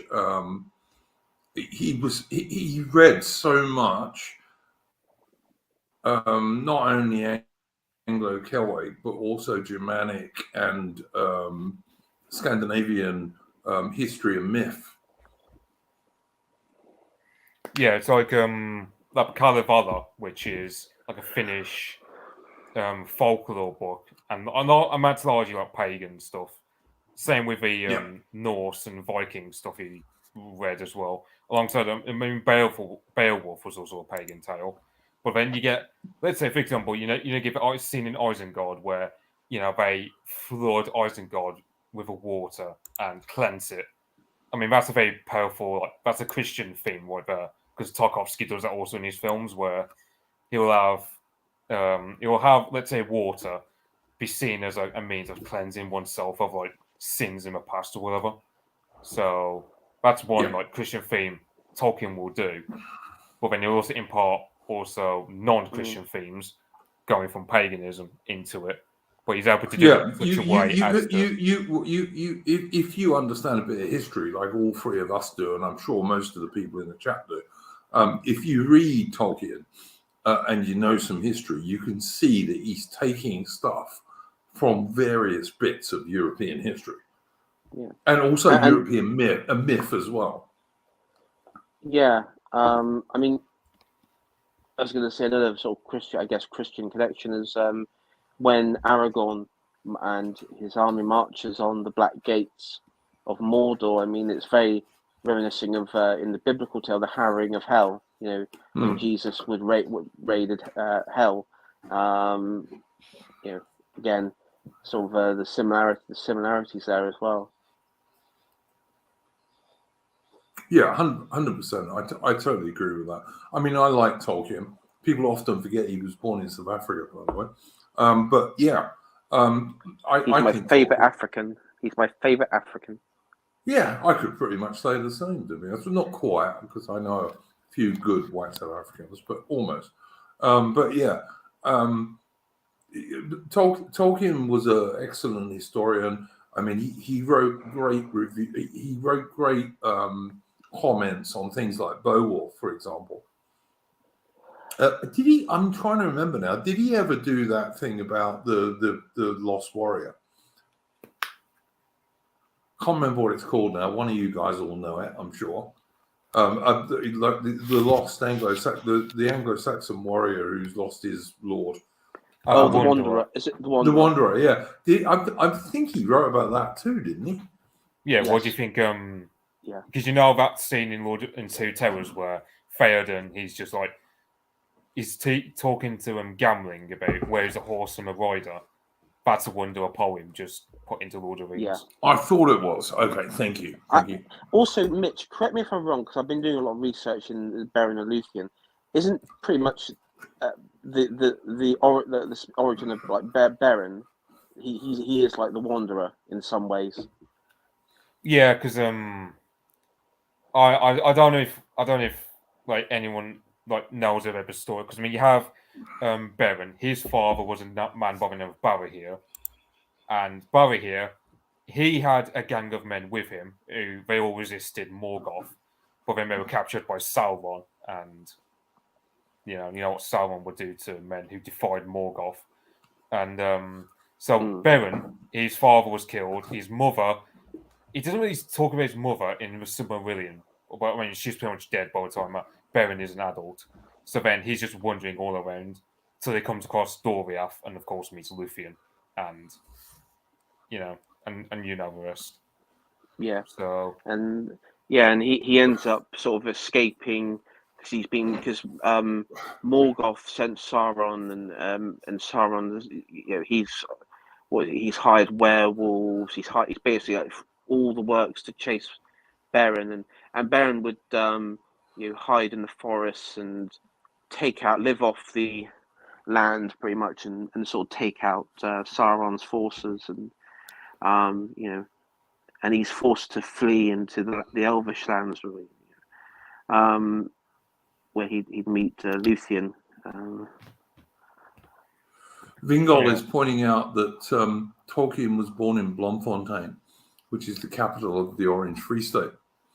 And it's quite a pretty name in Afrikaans because it means like kind of flower fountain, basically. oh yeah, because I think it's the same in German as well, where bloom. Because I mean, because bloom in English means something different compared to bloom in like German, where bloom means flower, but bloom is like well, it's a like flower, isn't it? Well, a flower blooms, but you don't call a flower a bloom. But So, you can say a flower is a bloom. In English. I've never heard it said that way. But Oh no, you absolutely can. If you like pick a bloom, picking a flower in English, you can. Mitch, honestly. Yeah, because I've heard that phrase. Yeah, I know. Perhaps Vingol will answer for Norwegian, but I know in German and Dutch it's also the same. Like you refer to flowers as bloom. The word flower, I'm guessing, is a French word or something, because the original Old English word was called bloom, which Yes, it is French. Yeah. Hang on, there's somebody I need to answer in the chat here who was saying something about Julius Caesar, as we should rightly say, if we're going to pronounce it correctly. Well, I mean, Metatron pronounced as Julius Caesar. Because... Yeah, Metatron, by the way, great channel, and he's recently started coming out, really going after these buggers who are trying to race swap stuff. And yeah, I like Metatron. I think he's a good dude. He's an Italian dude from Sicily, and he's a pretty big expert on not only the Romans, but also on Japanese samurai, strange to say, because he's also a lingo expert, isn't he, Mitch? Yeah, he's a linguist. Yeah, he's got that separate channel where he compares Italian to Spanish and Romanian. So he's kind of guy you go to compare Latin to other like Romance languages today. So if you're interested in that sort of stuff, I'd show Metatron's channel. I don't know if it's him, but there was another Italian channel. There was an Italian chap who he would dress. He would actually like accurately dress in Roman attire from Metatron does that sometimes. Yeah, Metatron does do that sometimes, yes. Yeah. And he was showing off like Roman armor, like accurate depictions, usually from mosaics, or just from notes or descriptions. And it's very interesting because some of the clothing, it's actually more it's medieval in some ways. You can really see like early medieval bits even in some of the tunics and clothing that he was wearing. So yeah, no, I can absolutely believe that. But yeah, do go and check out Metatron on YouTube. He's got a good channel, I reckon, and he's fairly based, unlike some liberal historical channels. And not only for European stuff, he does some good stuff on the Japanese samurai as well. Voltaire Den Toddley Ben Craig says, I heard Caesar said the British were the stupidest people he ever conquered. Well, if Caesar ever said that, he would have been pretty foolish because he never conquered the British people. He invaded twice and then left. Yeah, it was Claudius who conquered us. He wasn't Julius Caesar.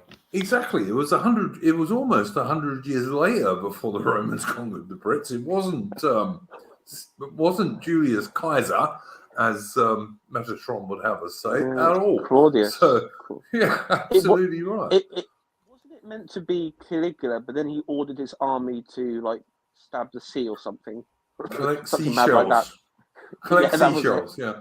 Although actually, what we think now happened, what a lot of serious historians think happened, was his army refused to go. That's what a lot of modern historians are saying. His army thought it was too risky and wouldn't go. So, being the twat that he was, he got them to collect seashells and say, "These are my the loot I've taken from Neptune." Blah blah blah. You know. In that scenario, I'd only believe it if it's like the senior ranks in the Roman legions, like your legate and what have you, would have told him that. Not necessarily. No, if enough of the legionaries said we're not going, you were in shit, mate. Oh, I don't know, because I think how long was he executed soon after that in the seashell incident when he was stabbed by the? No, well, it wasn't that soon after, but I mean, it was a combination of things. Voltaire Den Toddley and Craig, which I'm sure is a German saying, although I hate Voltaire, turns around and says it could be a myth that he said that. Yeah, it could be. Absolutely, it could. Could easily be a myth that he said that, because I'm not sure he did, to be honest. I haven't. It doesn't come to my mind, and I've read Caesar's commentaries at least twice, so yeah. How do you think Caesar would have compared against the Anglo-Saxons? Not the Teutons that they faced in the forest or what, but the actual Anglo-Saxons. Because I think he would have struggled. I think the Roman army at its height, which really ran from Caesar to Trajan, or maybe Marcus Aurelius, I suppose. All right, yeah, let's say the Roman army at its height was from Caesar to Marcus Aurelius. I don't think many guys could have beaten those guys because their logistics and all that was so damn good. You know? Mm. Alice reason had I'm always, saying 'cause- Alice had always saying Caesar couldn't hold it because he didn't want to. I don't think he could afford to, actually. He had to get back to Rome. Because don't forget, this was late Republic we're talking about here, Alice. This was the late Republic, and many of the late Republicans didn't like Caesar, which is why he ended up fighting a huge civil war not that long afterwards. I don't think he actually fight a land battle on mainland Britain, because I know that he did. He fought a few, but like, and he won them. But the first invasion was like didn't go very well at all, and the second invasion went a bit better. But Caesar couldn't stay there, and also there was a big rebellion in Gaul. Yeah, so I knew that he landed in Essex. Most likely, this is where we get the Essex girl accent from. I think it was Caesar's dudes who gave us the Essex girl accent, to be honest. Mm. And yes, I am joking, of course. But yeah. That's good. That's probably a bit later than C. Yeah, I like it. Oh, come on, guys. I can't believe that we've done over an hour and a half of this stream. We haven't spoken about anything British so far. But, you know, I mean, apart from, like, Caesar not conquering Britain. But, you know. And Caligula, I said this on Twitter the other day. I still believe in my heart of heart that Caligula was probably the most base Roman emperor out there, and one of my favourites. Just because of the sheer contempt he had for the Roman, like, old republican institutions. Yeah. I'm not going to like a bloke who made other people's wives be prostitutes, but, you know, whatever. The only thing I'll say I like about Caligula is what's her name? The once upon a time very beautiful British actress, Dame whatever her name is, Helen Mirren. Dame Helen Mirren, who was a damn fine looking woman. She was in that movie Caligula, and I think she's topless in that, isn't she? I think. Which is worth seeing, by the way, I must say. I mean, the whole film is basically a porno. There's very explicit scenes of. Absolutely. There is. Yeah. But he managed to get Helen Mirren in it, for God's sake. But yeah, there you go. I mean, once upon a time, actresses didn't care about shit like that, you know. No, I know, and I mean, I'm not a regular apologist. I accept that he did all these things. He probably did have, sex with his sister and all that sort of stuff. But most likely, yeah. I mean, I don't believe, like, for example, the whole Cesare Borgia, Lucrezia Borgia thing. Because probably exaggerated. Yeah, there's no evidence. Like with that one, there's no evidence of that. It's just made up Orsini and Della Rovere propaganda from rival families. It's just there's no evidence to suggest that at all. But with Caligula, I think that was hugely exaggerated, mate. Yeah, for sure. And a lot of the murders and like the sort of stuff around them, I think, I mean, they probably had a hand in some of them, but I don't believe it was directly. Unlike Caligula, I believe all the things that's accused against him because he admits to a lot of it anyway. So Garnet, the Helen Mirren's nipples are worth seeing. That's the main thing I would say, rather than the film. The film is, as I said, it's basically a what would you call it? You call it a softcore porno. It's a softcore porno. I mean, I don't know if even by today's standards it would be softcore. It's quite hardcore in some areas. No, it's a softcore porno. Trust me. Because at the start of the film, he goes to what was it, Tiberius's island, like secluded island, and there's like someone chained up and getting like whipped and everything, so the whipped naked and all that. So I don't know.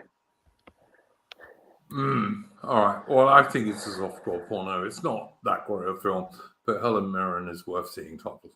That's all I'd say. Yes, Malcolm McDowell is in that film too. Yeah, he is. Yeah, he's Caligula in that film. He is. I never liked Malcolm McDowell. I got to say, I didn't think he was a good actor. He starred in that Flashman film, didn't he? Now I really like the Flashman novels. They're great, but Malcolm McDowell is not Flashman. He just ain't. You know who was Flashman? Who should have played Flashman back then? Would have been the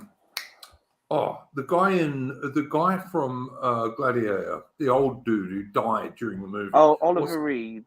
Yeah, Oliver Reed would have made the perfect Flashman when he was younger. Yeah, that's what Flashman's supposed to be like. Is Oliver Reed, not Malcolm McDowell.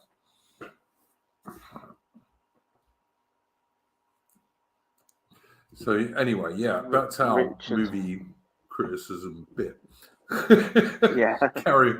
Richard Harris. Nah, not Richard Harris. Richard Harris is an Irishman. No, Oliver Reed would have made the perfect Flashman when he was younger. He would have been absolutely the perfect dude to play that bloke. Yeah. I think Malcolm McDowell. The other one is his famous one is Clockwork Orange. Yeah. That's another one. Wiggles is saying Flashman is the bad guy. Wiggles, if you read the Flashman novels, and there are like, I don't know, 10, something like that, he becomes less and less bad as the books go on. He starts off as an absolute total coward, but becomes much less cowardly as the books go on. I mean, he's always a cad. Don't get me wrong. He's always a cad, and he will always be a bit nasty to women and this kind of stuff. But actually, by the end of the books, he's not that bad, really. To be honest.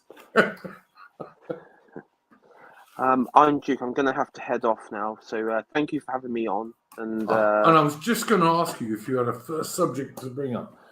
Oh, right. I really was. I was just about to ask you because I wanted to change the subject to something more British.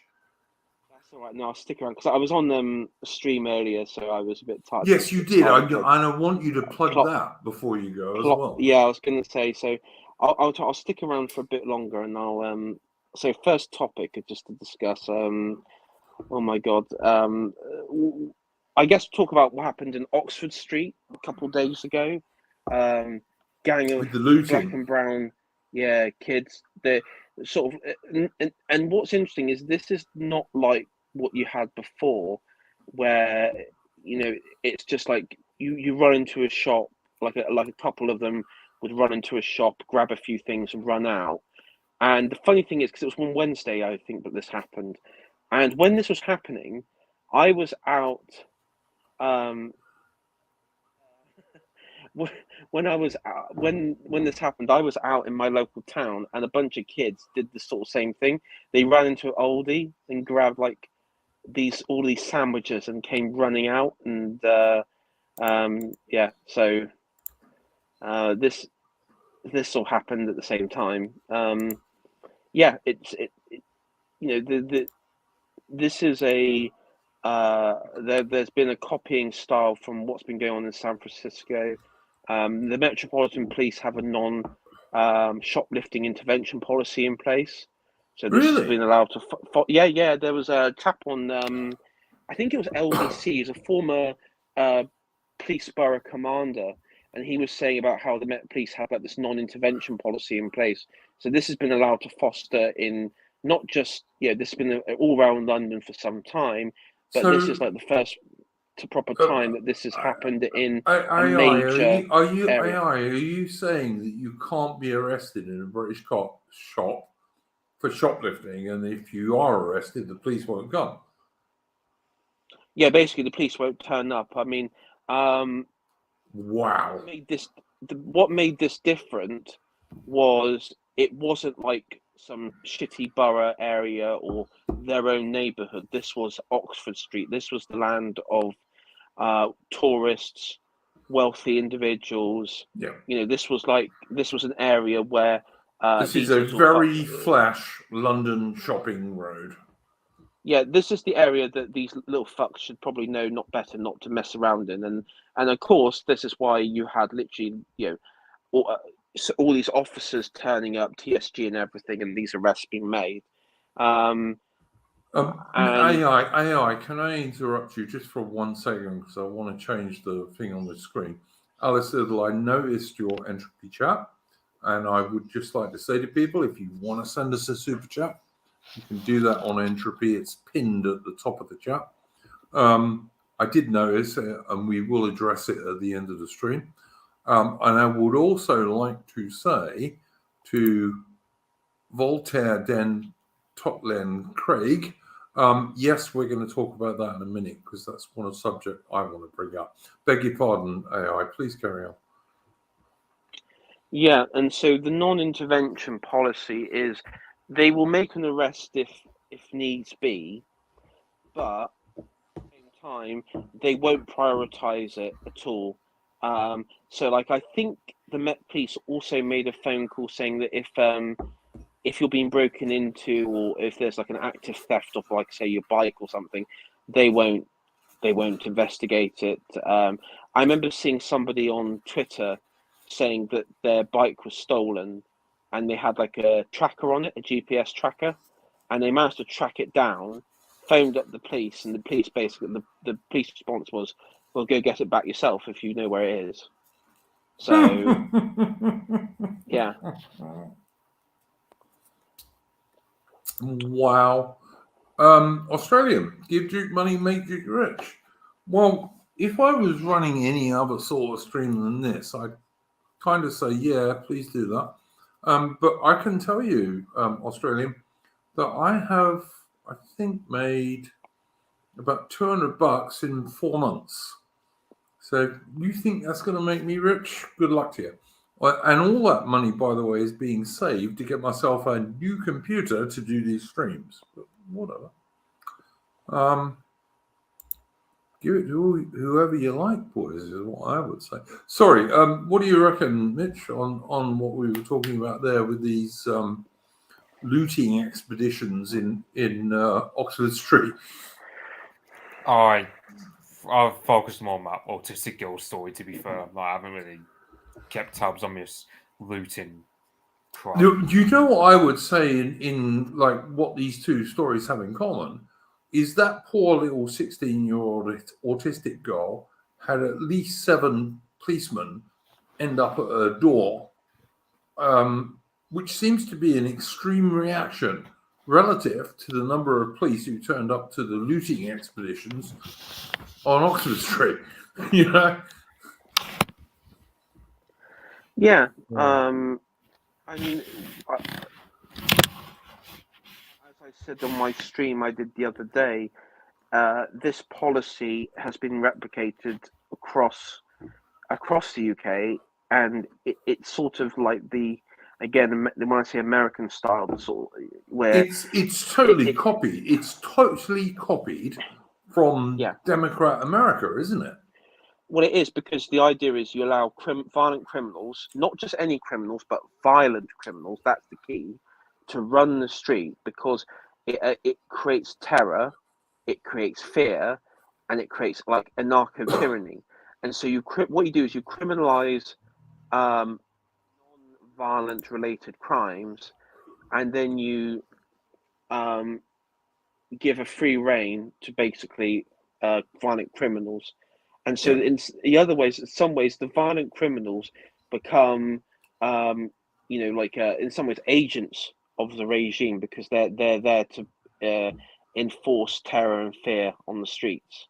I'm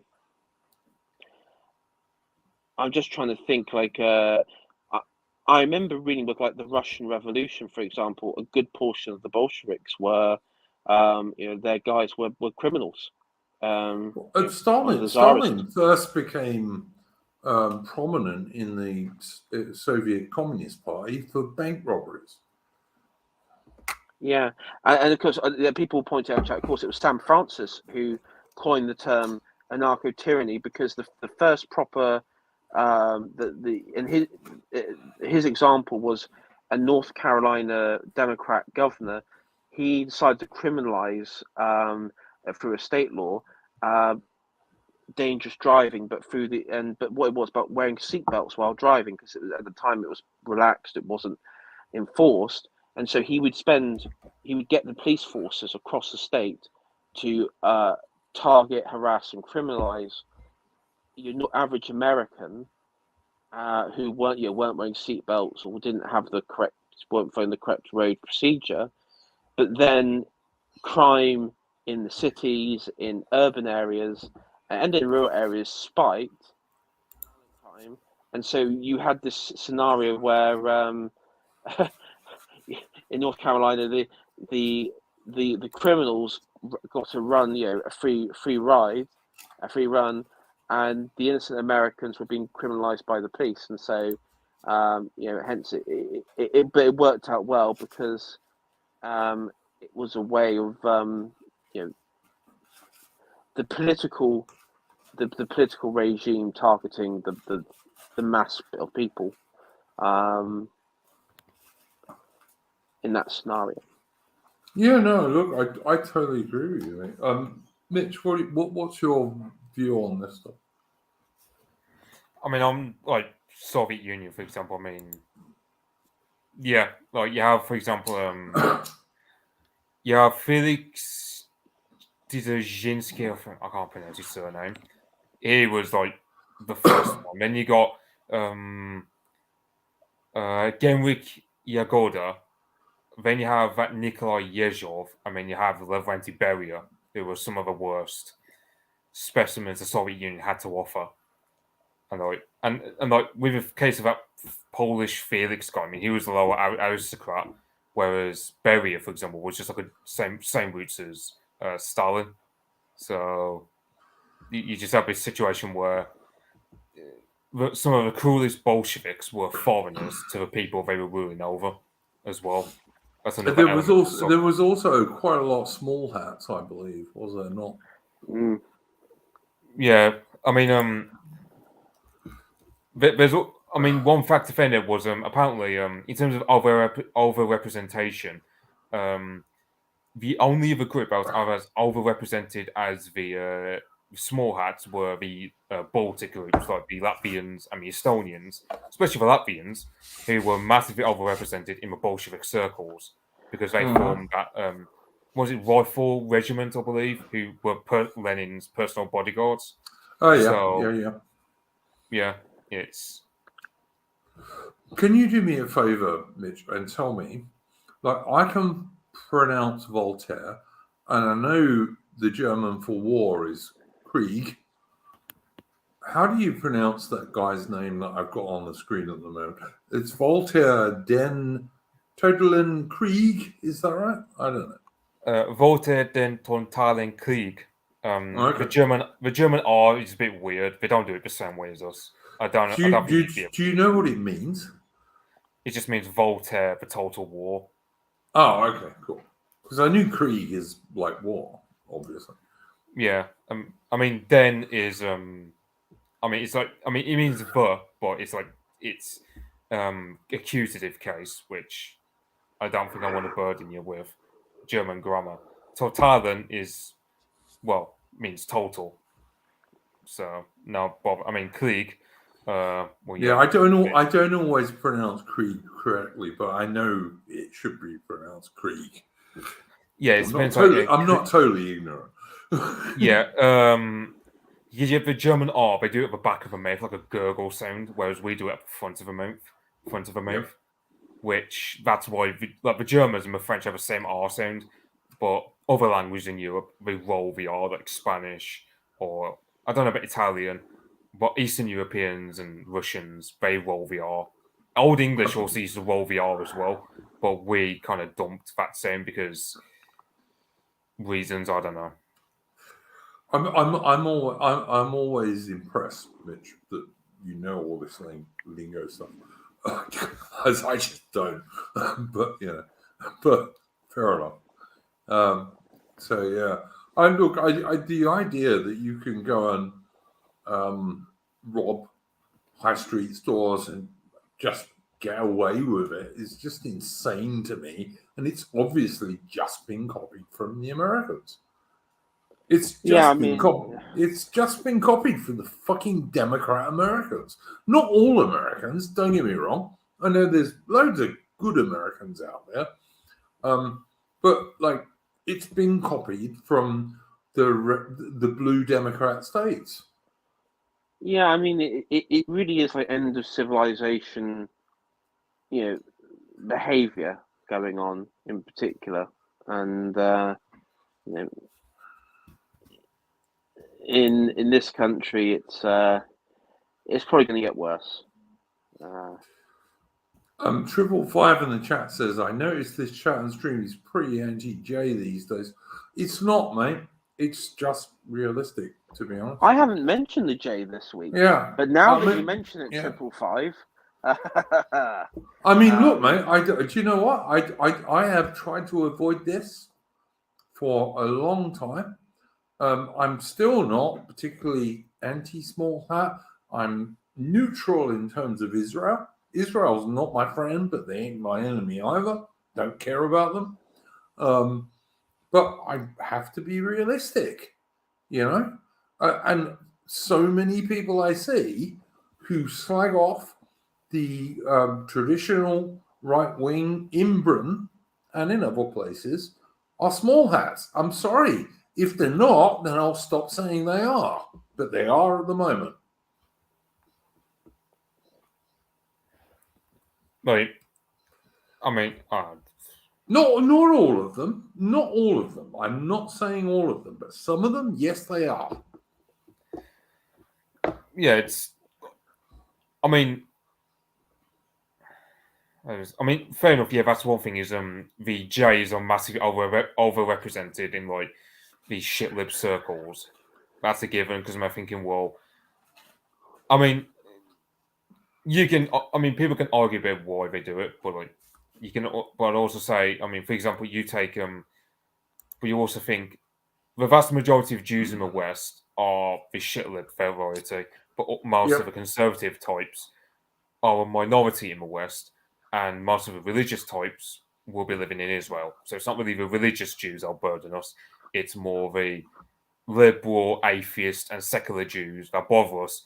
And those sort of Jews are the kinds you'll get in like Bolshevist circles in like 100%. 1910s or whatever. I mean, also it's like the Orthodox Jews and everything. They're tied to the land that they've consumed, that their land, which is Israel, right? So they're tied to a land. Most peoples of the world are tied to land, but like, say, the Roma, the Gypsies, not just the Jays, but there are other groups as well where you have nomadic tribes now, and for them, they're not tied to any one place, so it's easy for them to dip in, dip out as convenience and not feel any sort of commitments and ties to land. Listen, I think ultimately, as I think I said last time I was on this show, there are, like with the Indians, with other groups, there's always in-group preference, and there's always areas where certain groups over-index, and it's not bad to notice that if you're pointing it out, but at the same time, you could also explore, why is that the case? It's like it's that old sort of joking. Why? What are the books? The mid-century German. What were the books that were burning? Who were the authors? Yep. And people talking about turning kids, male kids into females and shit like this. This is what most of those books that were burnt were. They weren't great works of literature. Yeah. This is just a fact. Go and look at it. It's just a fact.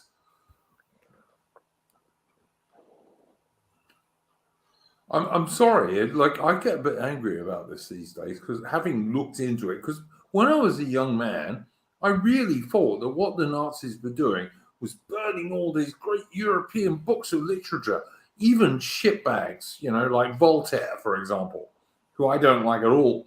But it wasn't that. They were burning books that these days, the gay American empire, as AA would say, or the world globalist view, as I would more likely say, these are the books that they're trying to push onto our kids these days. They were the books that were getting burnt then. And I'm not saying the Nazis were good. I don't like the Nazis. I don't like Adolf Hitler. But do you know what? I understand why they burnt those books. Yeah, and there are several. There was an article in the Atlantic, I think, like right back along, where they said the burning of these books put gender theory back decades. Yeah, And it's like, yep.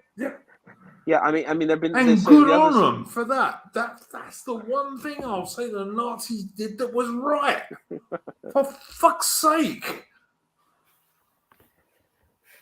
I mean, they didn't go far enough, to be honest, on that. But of all the things they did go far on, that was the one thing they could have gone a bit further on, which was gender bending. But yeah.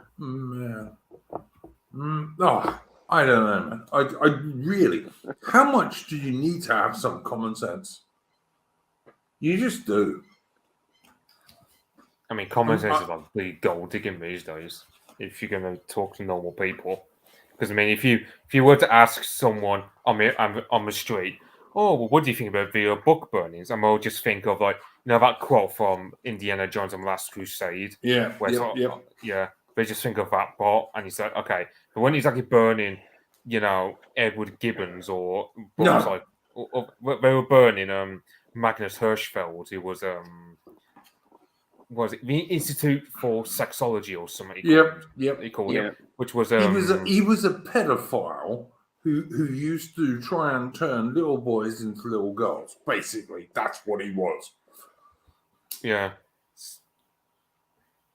but I mean, because it's often, I mean, this is one thing I can disagree with. Like, you get this whole thing about the Americans of a must degenerate, and I go, I'd argue it's just you. I mean, I'd argue we're all degenerate in our ways. So, for example, the first tranny to ever exist was a Dutch bloke who turned himself into a woman, and they made a film about him, from what I remember.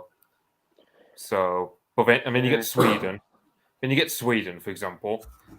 I would argue they're some of the most degenerate. Because I mean, 94% of their people support gay marriage because everyone there speaks English. But it's easy for them to tap into, English and American media, and they just consume all of it readily to a point where they just are so post. Not to mention that Sweden, for example. Not to mention, Sweden, for example, has legalized homosexuality since like 1944.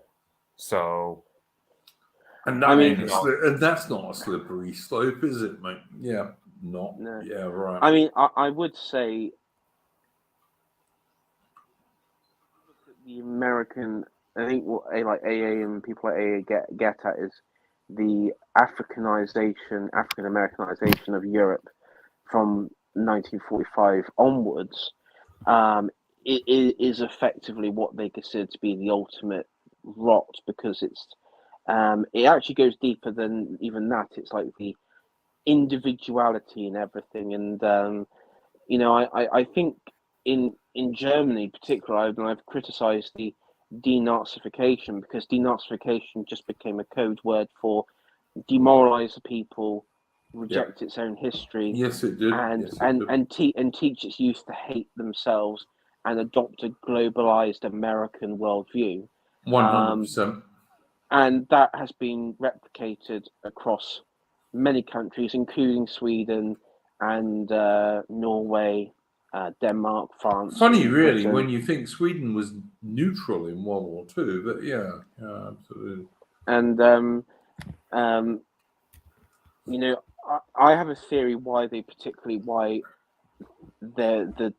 the Scandinavian countries were targeted in particular, and I think it goes down to deep racial, ethnic grievance personally. But that's my that's my view on the interesting. matter. That's a very interesting take, mate. Because Hang on. saw Could I just say I'd like Tim of Arminius in the chat says normal people consider Hitler evil, and I think Hitler was evil, by the way, but they think nothing of Mao or Stalin, who, in terms of people killed far more people than Hitler ever did. Well, I'm not saying Hitler's not evil. I'm just saying there are other evil men, but they're not considered on the same scale in our modern Western world run by America. Well, Hitler and Stalin and FDR were quite similar because they're all men of that same era, and they're all managerial middle class types. They are very managerial. Yeah, I mean, of course, he was the offspring of a civil servant, so you know that.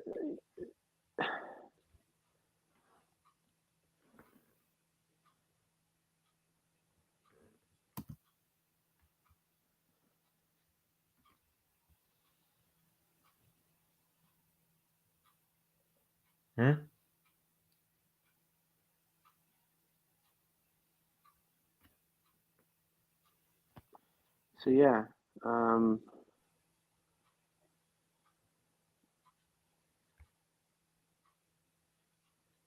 Iron Duke, you still there?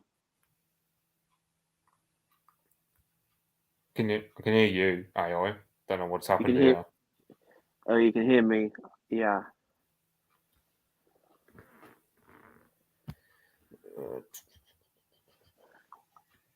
I think Iron Duke's gone.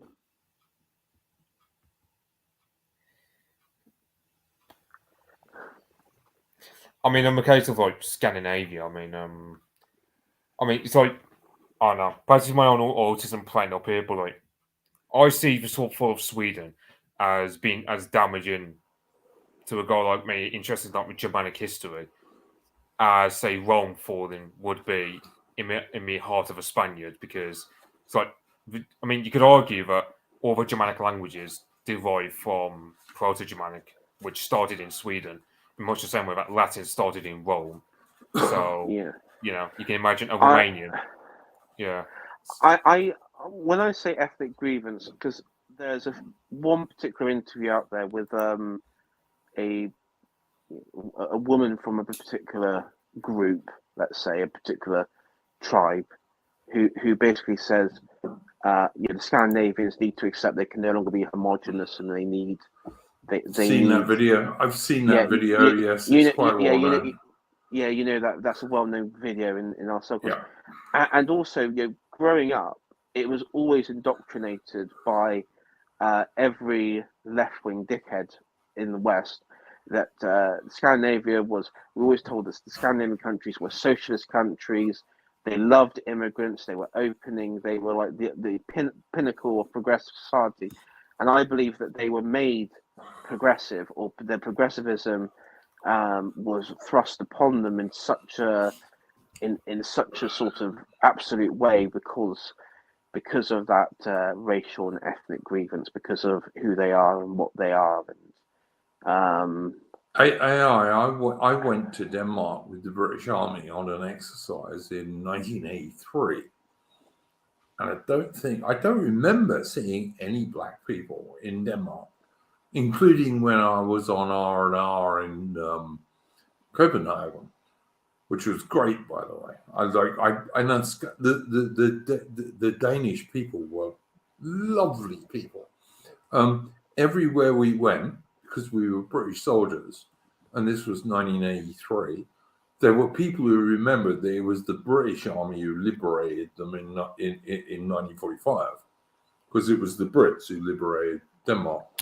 And everywhere we went, we had little old ladies bringing us meals and drinks and apples, and it was just so cool, man. And the Danes were such good people. and beautiful ladies, and Denmark was great in 1983, and I don't remember seeing any black people there at all. No, I mean, what's just And I did go to like big tourist places, like the Little Mermaid, before I believe she was later destroyed by some immigrant. But yeah, I mean, the original statue. I mean, I saw this like story going around on social media. It's like an old one, but it was from 2020, and it was this African migrant in Sweden, and he raped several, little girls and a young woman, and then he was invited to stay in this house of this like Swedish couple, like young, blonde-haired, blue-eyed type couple, and he ended up then like murdering the boyfriend, and then just raping the girlfriend several times. Well, there's a familiar tale, isn't there? And the thing that is, I can't imagine the level of propaganda that could entice anyone to believe that you can just invite, because it flies in the face of every natural inbuilt defense mechanism that every human, whether you live in Outer Mongolia or up in Iceland, or if you're a Cherokee or someone living down in the far south, it completely goes against any self-preservation human mechanism that this person, I just can't believe that that Swedish people are literally doing this to themselves. And when I say doing to themselves, I'm not meaning it in like accepting these people in. I mean like literally accepting murderers and fucking rapists in to murder them and kill and rape their women in the most horrific and despicable way. I just can't believe it. 100%. I mean, because the thing is, what scares me and creeps me out that is like, is there propaganda out there that can be used and manipulate the population to even believe that?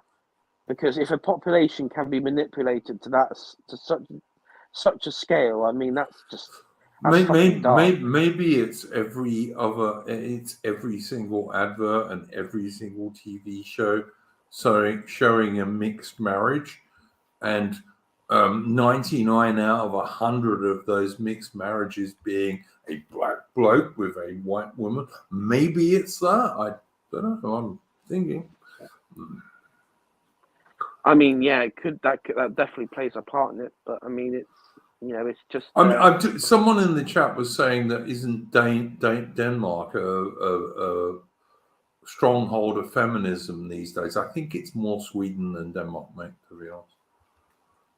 Sweden is the stronghold of feminism.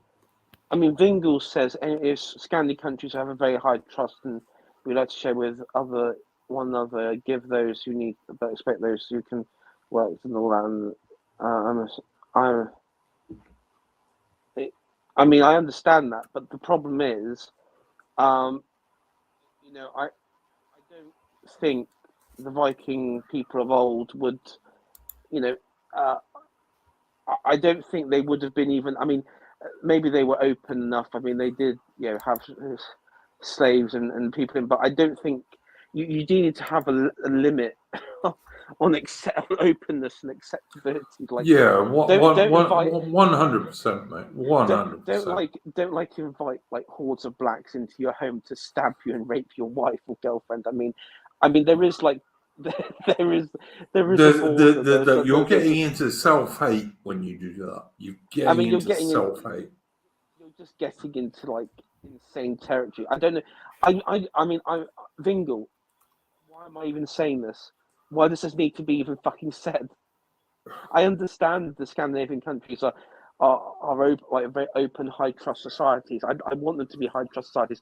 But the reason they're high trust is because it's full of Scandinavians. If you invite, I would say if you invite, say, 100,000 Scottish people in, okay, you wouldn't have the rates, but it wouldn't. You wouldn't have that same high trust society. You'd probably have more alcohol. No. I'm sorry. I'm going to disagree with you there a bit. I think 1,000 Scottish people could pretty easily. I mean, when you say Scottish, I'm talking about Anglo-Celtic Scottish. Could easily integrate into Scandinavian countries. I think they would integrate quite happily, and there would be no problems. For one thing, there's quite a lot of Scandinavian blood in Scotland already. Like, I used to go out with a girl, pretty blonde girl in the 1980s, who was a Scottish girl, but she absolutely had Scandinavian blood. Well, I don't know. My point is, I don't. If you invite foreigners, whether they be your sound is cutting out a bit, mate. If you invite foreigners, even if they are just other Europeans, on a mass scale into your country, there would still be that change. It wouldn't be that high trust. The reason it's high trust, and the thing is, England used to be a high trust society as well. Yep, we all used to be high trust. Yep. But not anymore. We have the police went from being professional, a professional body who were very much smartly dressed, upstanding, members of society. I mean, they to being basically, they look like paramilitary units now. They look like paramilitary units built for war. Look. All I'm trying to say, is that all of our people here that we're talking about are Northwest Europeans, and we're all very closely related in terms of DNA. Like, I don't think 1,000 Anglo-Scottish people, Anglo-Celtic Scottish people moving to Denmark or Sweden would in any way, shape, or form change that country, because I think they would adopt the local norms. Yeah. Look, I've only been to 2 Scandinavian countries. I've been to Denmark and I've been to Iceland. Both countries with really nice, good local people. But I don't think average Brits moving to those countries would have any problem whatsoever. Because, and when I say Brits, I mean Anglo-Celtic Brits. I don't think they'd have any problem whatsoever, really.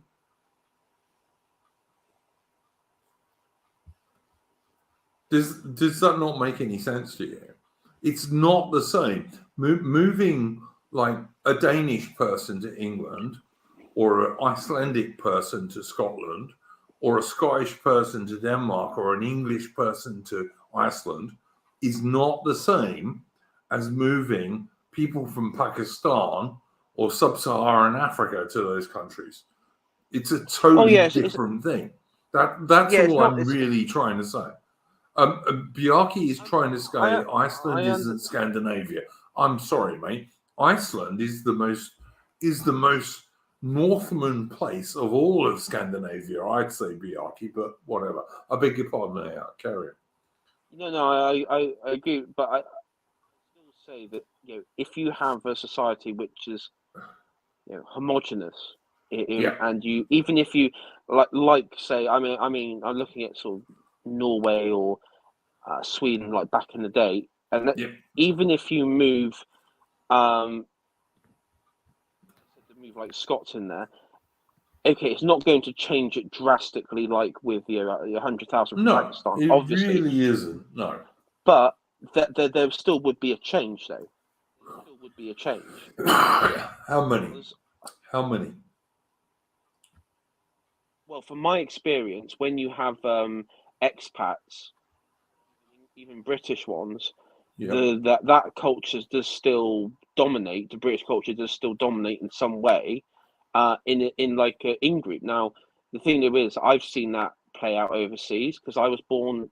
I wasn't born in this country. I was born overseas with expats in a foreign country, and British Empire country. Yeah, former British Empire country. But the problem is the culture. A white British Empire country or a brown one?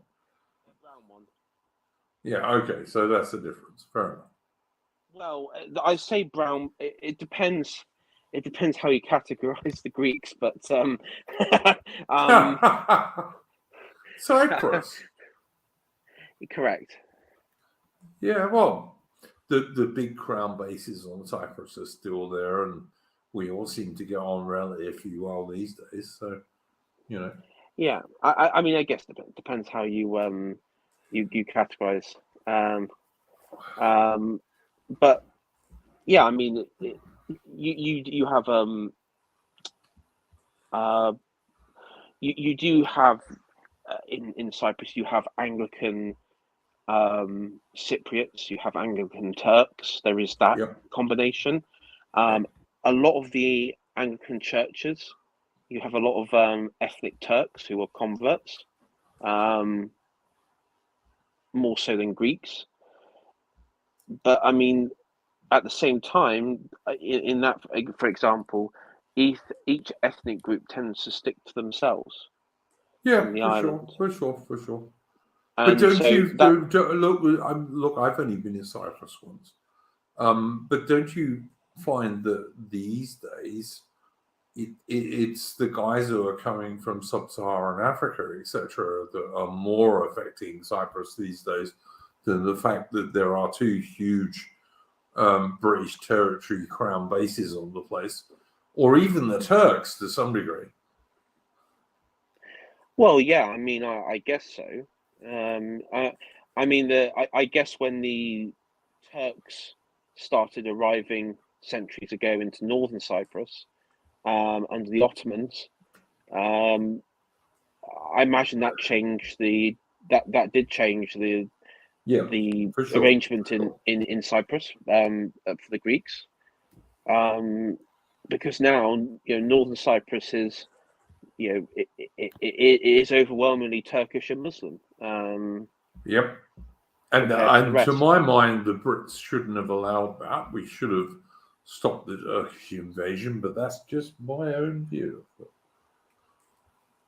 But I understand why we didn't. It's because the Greeks did that chuck the Brits out war for a while, which is why the Brits didn't do that. I think, anyway. I don't understand what Vingel's getting at. I never said. He says when I bust into chat, I was here underlining how there's a big difference between Scandi people. Yet Shire Tory took my comment to mean that we should be open to Africans or whatever.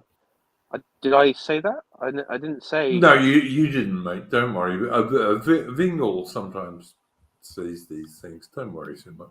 Bjarki's also taking the piss out of me, but that's okay. I expect that from Vingel and Bjarki. The day they stop is the day I will go so right wing that we'll see. I mean, my only actually, I'm more right wing than Vingel or Bjarki. I'm just a British right wing guy. But my only criticism of the Scandinavians was how open they are as they're sort of open as a society. I mean, I especially with when they inviting mass immigration in. That was my only criticism. I think it's a valid one. I think a lot of people on the right in Scandinavia are also aware of that. I don't think. Oh yeah, 100%. A lot of Norwegians. But bear in mind, I don't know if it was Vingel or Bjarki, but one of them tried to tell me that Iceland's not Scandinavian, when Iceland is the most purest Scandinavian society that's left in terms of its lingo and history and all the rest of it. So don't worry about it too much. No.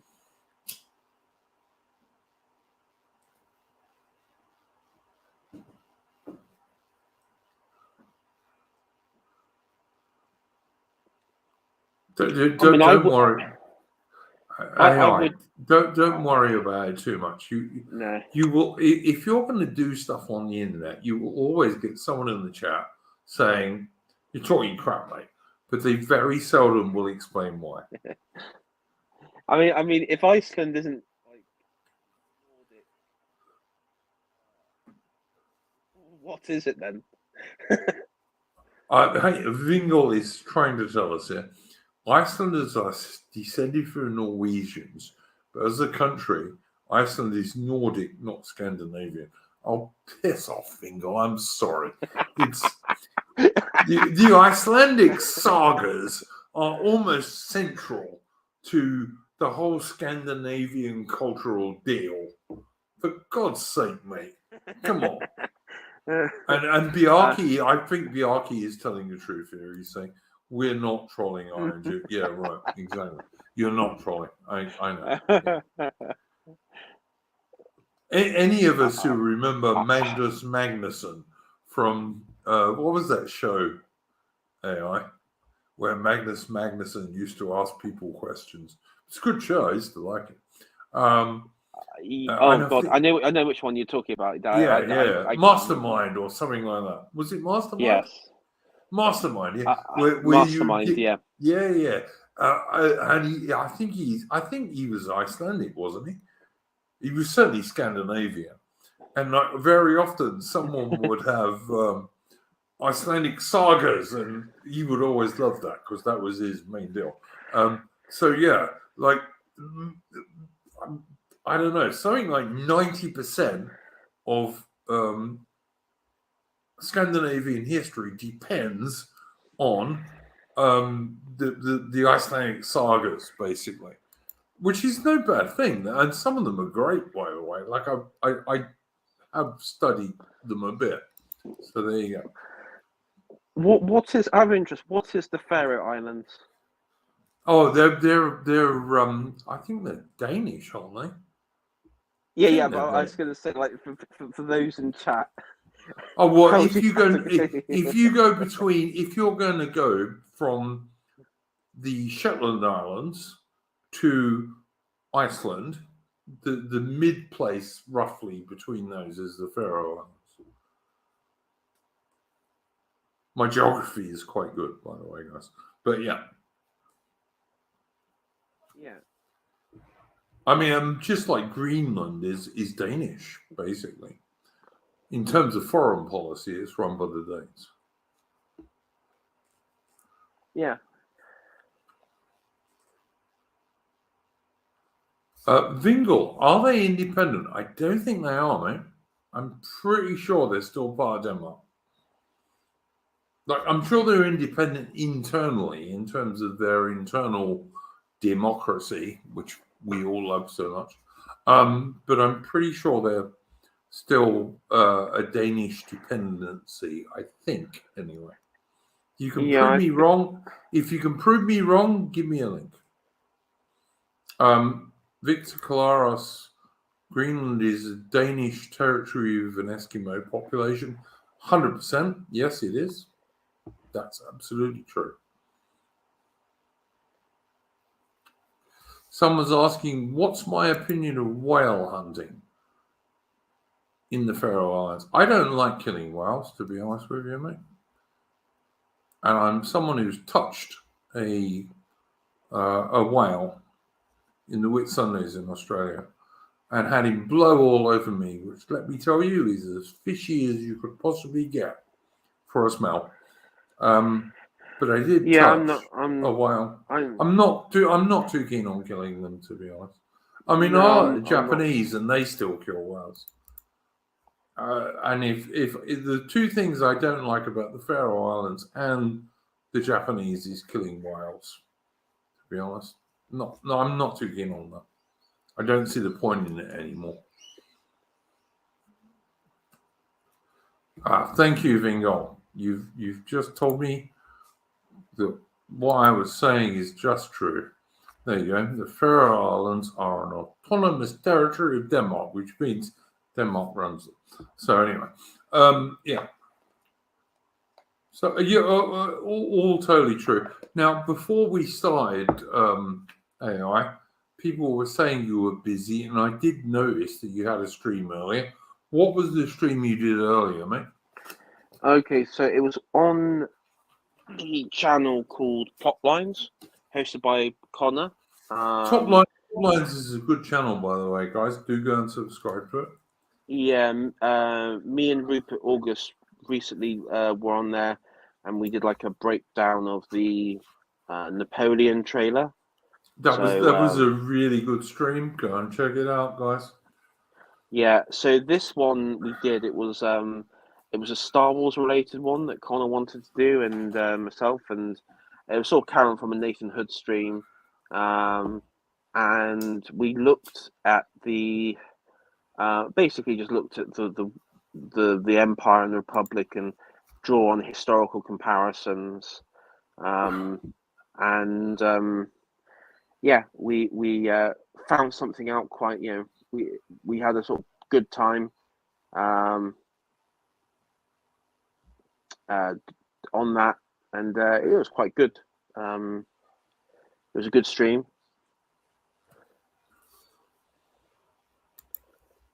Good, mate.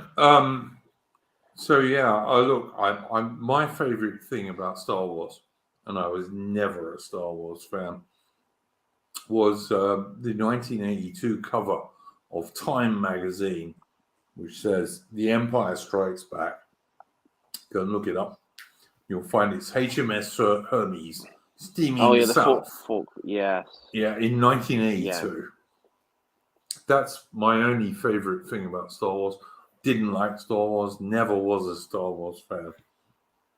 I always thought the Empire should strike back, to be honest. But, it's just me. It's quite interesting because one of my thesis was that the creator George Lucas is actually probably one of the most based film directors out there, and effectively the whole prequels, if you look at it in its entirety, is a condemnation of liberal democracy. Really? I suppose that's one way to argue it.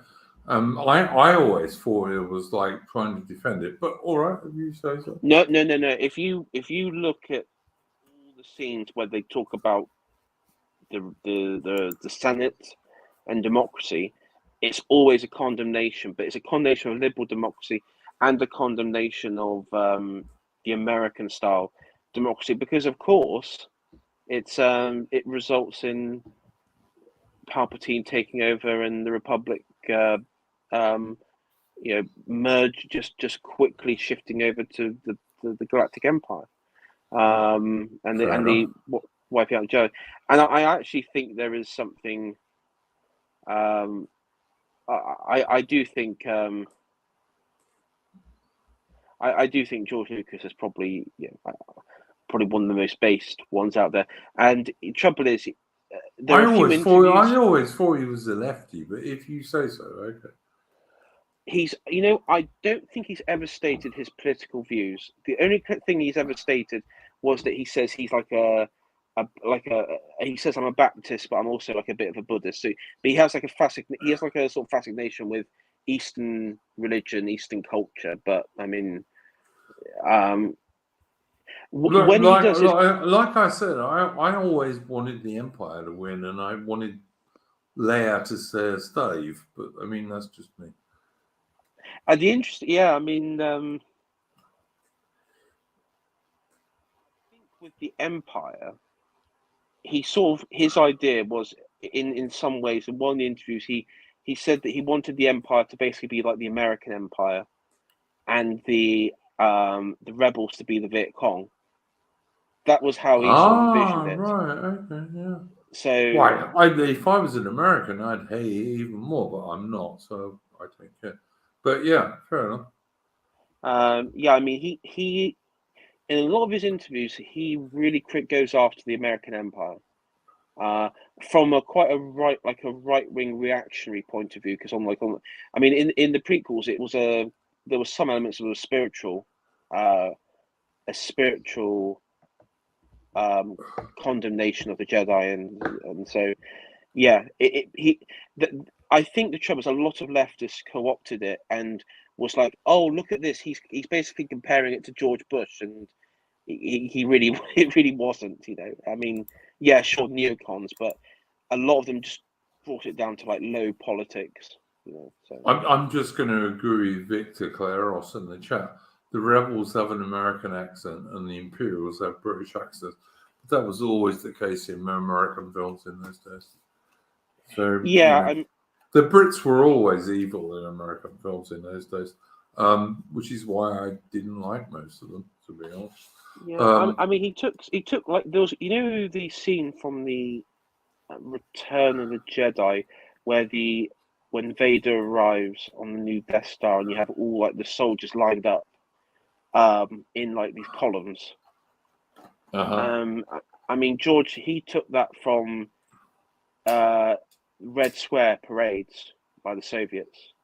Okay. So he took Did he know? inspiration. Look, I mean, I looking back on it now, and back in the day, I was a British soldier, so I was pretty anti-Soviet. But looking back on it now, most of it was bullshit anyway, wasn't it? Like, the Warsaw Pact, NATO shit, most of it was bullshit. When I was in South Africa, I learned the fine thing that the reason South Africa didn't go to the capital of Angola in 1986, I think it was because the CIA in America said, no, you can't.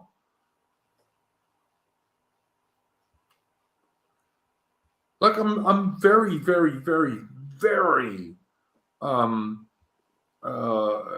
skeptical about all this shit these days. All this shit that we have been taught since 1945. I'm just really skeptical about it, man. Look, we seem to have lost AI. Hopefully he'll come back soon. There you go. There he is.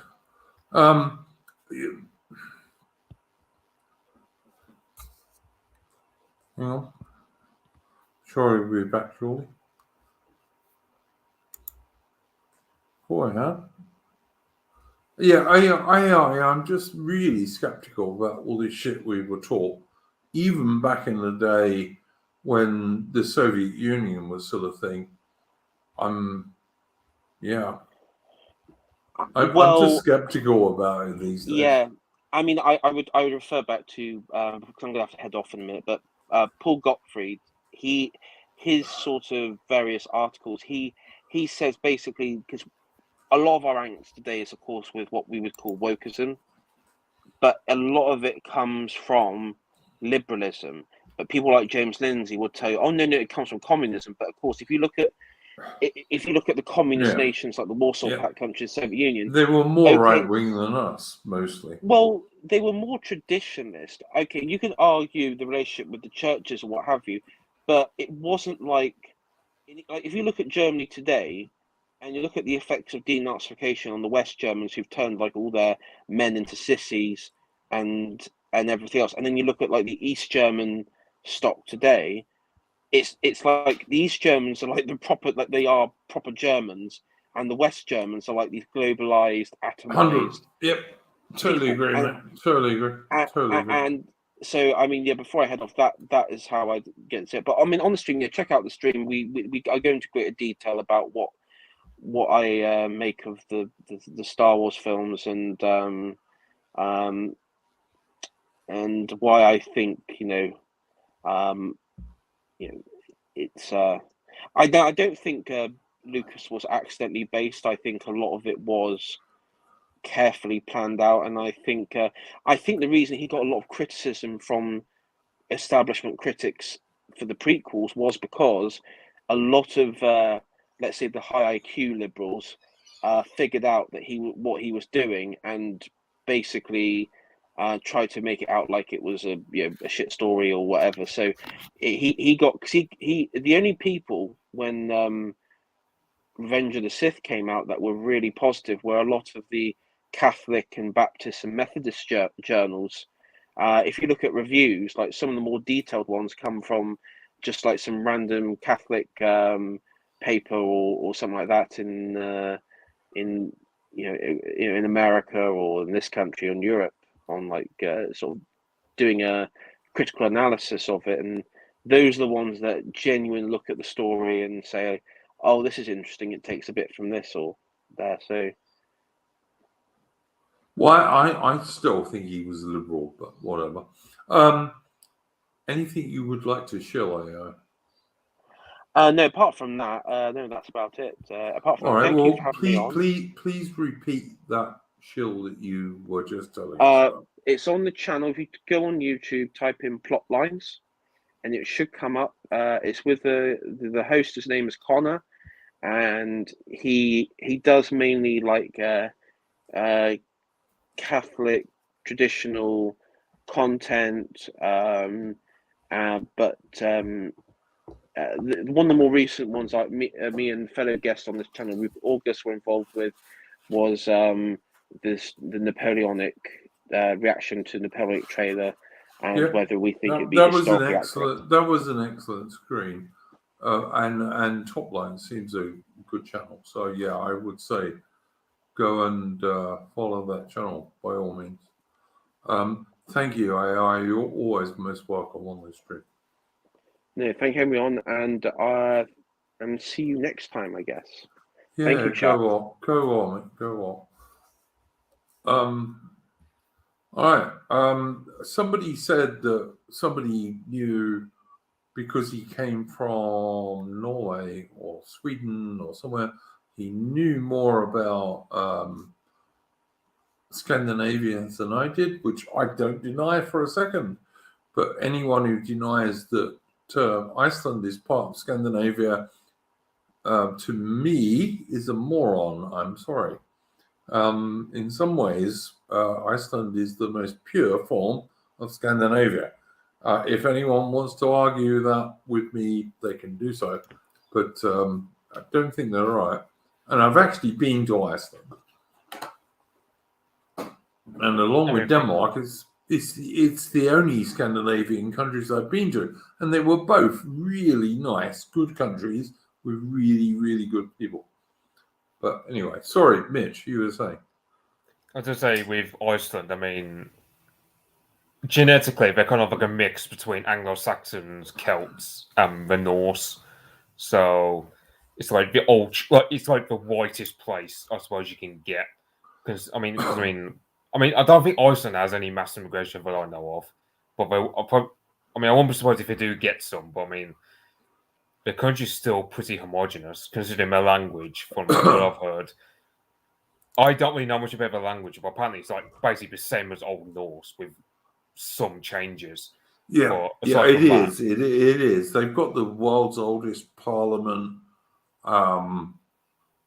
All the old Icelandic foods like rotten fish and God knows what else. I didn't try that, by the way, when I was in Iceland.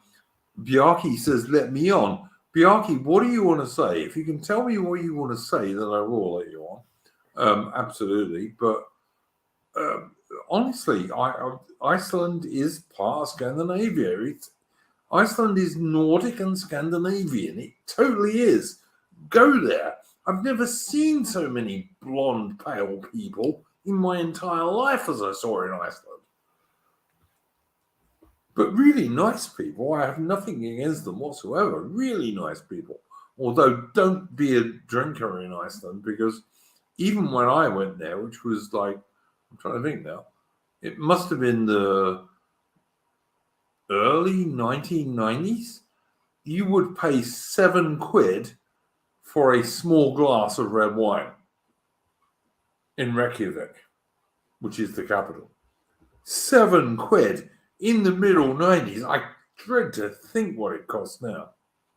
Okay, people are saying Scandinavia is a peninsula. I'm sorry. All right, it's a Nordic country then. Let's just say it's a Nordic country, if that makes you guys happy. For God's sake.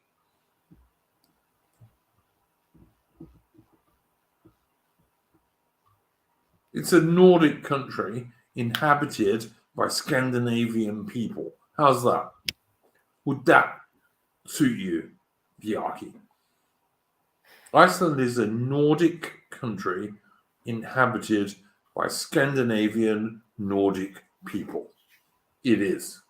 And buying alcohol there is a ridiculous amount of money. So there you go. And it ain't English, reals. No, it ain't. Quite a lot of people speak English there, but no, it's not. Like if you look at the women, they're all the most pale, blonde chicks you'd ever see in your life. Some of them are very pretty. Some of them are a bit too pale for me, but it's just me. But really nice place. I was like, Icelandic. I'm not surprised to speak English because I'm thinking, well, who's going to learn Icelandic? No offense to them, but because that's things. Because But am I not right? Because you're the lingo expert, Mitch. Am I not right that Icelandic is the closest to the Old Norse language? Is it? Yeah, because you got to think they're an island that's not subjected to continental developments in the same way a language like German or Swedish would be. English is still English is an oddball compared to other Germanic languages because A, we're an island, and B, we've been influenced by non-Germanic peoples like the Celts next door to us, but also the French-speaking Normans. But still, the thing about Icelandic that people are interested by is the fact that, because you know that "f" sound that we have in English. There's only 5 languages in the world that have that sound. So that's apparently that, and the fact that Icelandic, as I said, it's the closest you've got to Old Norse. So it's like, for example, if I say that Lithuanian is the closest you've got to what they reckon Proto-Indo-European would have sounded like before it all branched off into Slavic, Germanic, Celtic, Latin, you name it. Makes sense to me. Bjarki, I apologise now. There you go. And I also think that Alice is right. Icelandic is more. Yes, it is. So there you go. Yes, Iceland. What? The only thing I know about the country is geothermal swimming pools, which I'd be keen to go. Yep. But I know. I went to a couple of those, by the way. They're really good. But it's not worth paying £7 for a glass of red wine in Reykjavik. It's just not. I'm sorry. God almighty. Yeah, let me remind you. No, hang on, Mitch. £7 in I think when I went to Iceland was 1994. What is it now? It's probably £20 for a glass of red wine in fucking Reykjavik now. Jesus Christ, man. Yeah, I don't even feel like the Scandinavian. I don't even feel like the Nordic countries have some sort of really high alcohol tax or something. But the beer and alcohol is always. They've always got more expensive alcohol compared to us, which is why. Except Denmark. Yeah, except Denmark. Well, Denmark. In Denmark, the saying is, if you see a dude lying in the gutter drunk, he's a Swede because he's come over from Sweden because the alcohol prices in Denmark are so much lower. Now, I will ask Fingal and Bjarki in the chat, is that not true? Because I know it is true, and if they say it isn't, I know they're lying. Well, I know there's common jokes between Norwegians and Danes over Swedes. Or, for example, they say, "Oh well, the Swedes are the best people in the world. Ask one, and they'll tell you all about it." Yeah, that makes sense. That makes sense. Oh, I don't know, man. This is the least British stream I think we've ever done. Well, last week was pretty un-British. Yeah, I don't know. Maybe it is. Bjarki says, tell that to the Swedish hockey hooligans, Andrew. I presume he's talking about alcohol prices. But honestly, in Denmark, the saying is, if you see a dude lying drunk in the gutter, he's a Swede. Because the Swedes, who have very high alcohol prices, used to take the ferry, and I think there's even a bridge now, across to Denmark and go and drink for like half the price, basically, because Swedish alcohol prices were so ridiculous. But yeah, anyway, which I don't think, by the way, is a good thing. I think, I regret the ending of traditional British pubs where a dude could sit on a Saturday, for example, and drink for 6 hours with his mates. And it was kind of like the common man's gentleman's club where all the local dudes could like exchange views. And of course, that was stopped when they banned smoking in pubs in the UK, particularly. And they've done it in Australia and everywhere else as well. And so now all pubs are basically just like shabby restaurants, really. It's all they are. But yeah, there you go. But yeah, I don't know, mate. I before we stop this stream, I want to talk about the little 16-year-old girl, autistic girl who was arrested in a home in front of her mother and father by 7 police people, 1 woman and 6 blokes, as far as I can work out, because she called the female police person, who absolutely does look like a lesbian, she called her a lesbian. And so that was homophobic speech. And this woman then got 6 other cops to come and arrest this little 16-year-old girl who was autistic, who was hiding in a cupboard, smacking her own face. And her mum and dad are trying to sort sense to these cops.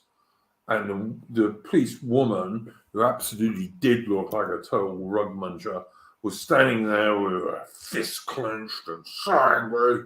But if somebody comes along and rapes your daughter, or breaks into your house, or does anything else, the British police might turn up 3 days later if you're lucky. But on this occasion, they had 7 cops, 1 woman and 6 blokes to arrest a 16-year-old autistic girl. What do you reckon of that one, Mitch?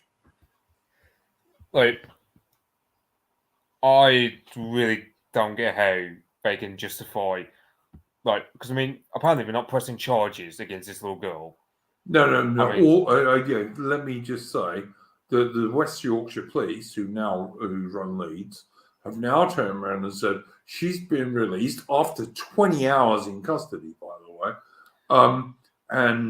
They're not pressing any charges, and they are investigating the cops. Bet nothing comes of that, by the way. But we have also heard, I believe, Mitch, that the mother wants to actually sue the cops, which I very much hope she does.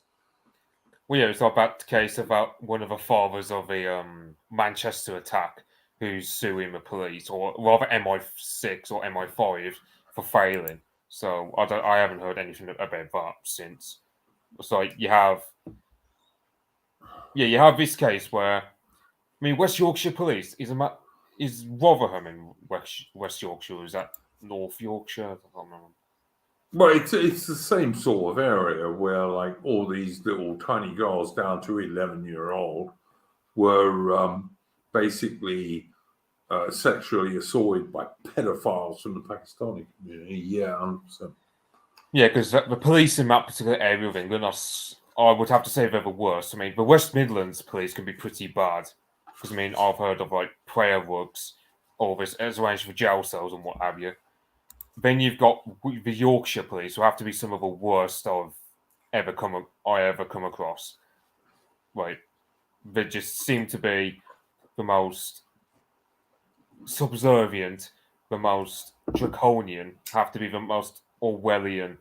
I'm using a lot of buzzwords here, but yeah, it's the Yorkshire police generally have to be the worst police force I know of in the world currently operating, because they don't investigate rapists from Pakistani backgrounds, but they'll kick your fucking door in because you called a police officer a lesbian, even though you had no intention Like, I mean, it shouldn't even be a criminal offence anyway to offend someone. Yeah, exactly right. And this was a 16-year-old girl who was autistic. For fuck's sake, it was a little girl. Why would you go into a house with 7 cops? I mean, Give what? it I a mean, she break. said the cop looked like a grandmother, and I go, okay. I can say, for example, I can tell a guy he looks a bit gay, and But as she friendly did as he might totally get, look like a Mitch. Let's be honest. She did totally look like a lesbian. If I'd have seen her in a pub, I'd have said, "Yeah, she's a lesbian." I thought the woman was actually damn bloke at first because of the stupid hairstyle that the woman's got. Yep. I 100%. thought it was just some androgynous bloke or whatever, or some androgynous woman or whatever. I couldn't tell what sex that thing was born with. No. So, And she was obviously so annoyed that she got 6 of her colleagues, all great big blokes, to come and arrest a 16-year-old girl.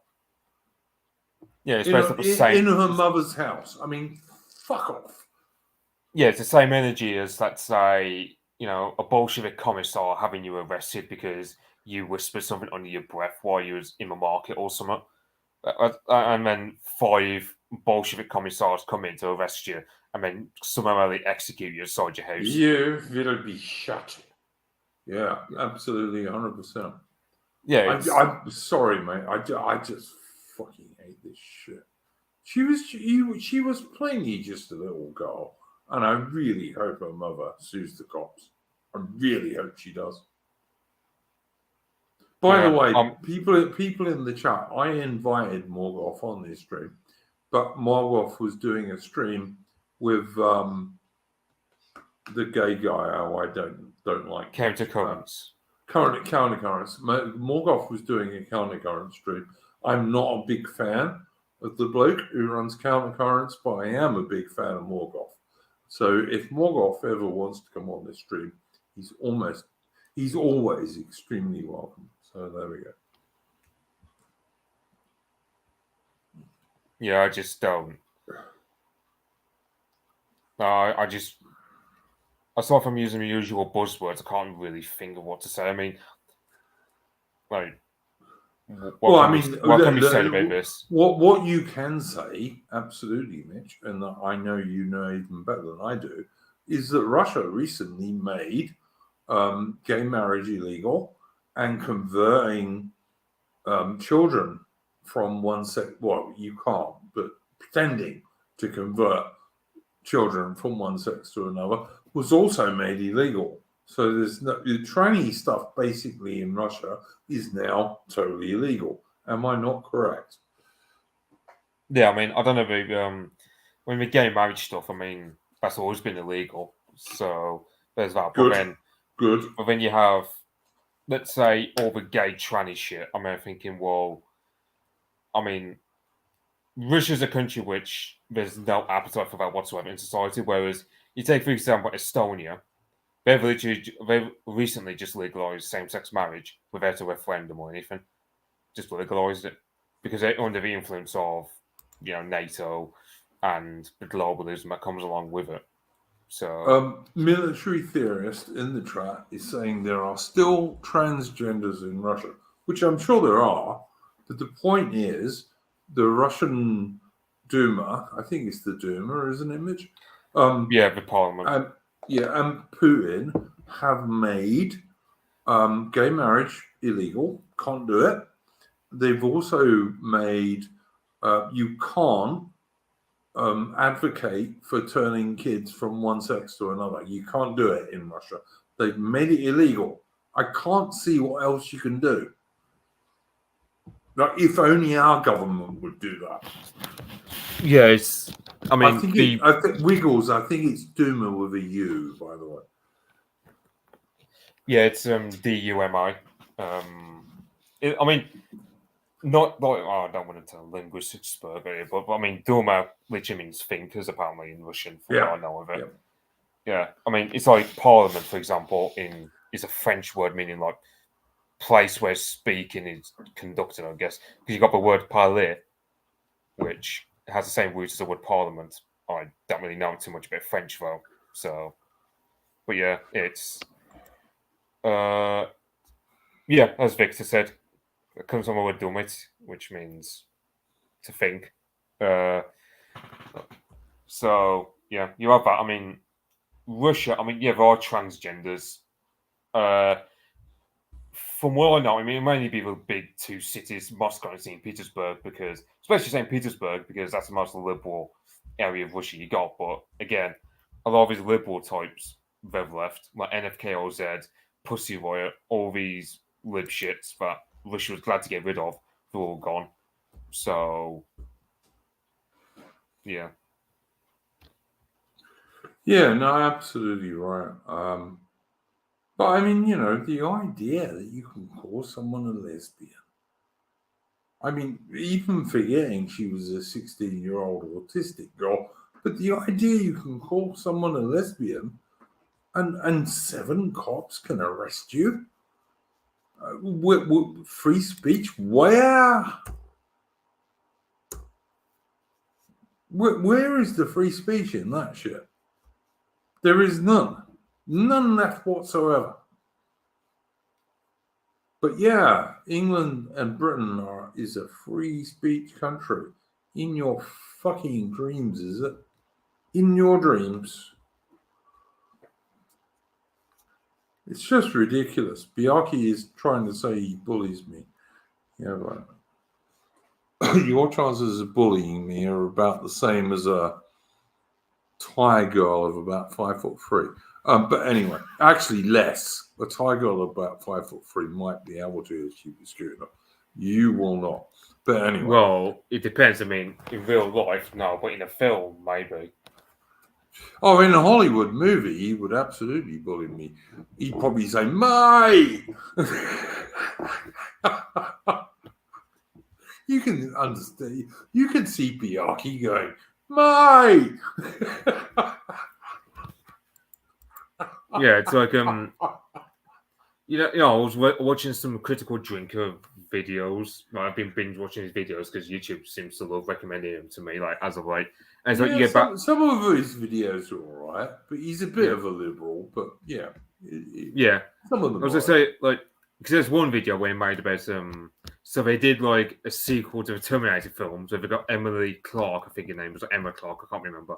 The one who played Daenerys Targaryen in the big Game of Thrones. Yeah. Right, so they're pointing her to cast Sarah Connor. She's meant to be like this, like, tough female who can kick ass and all this.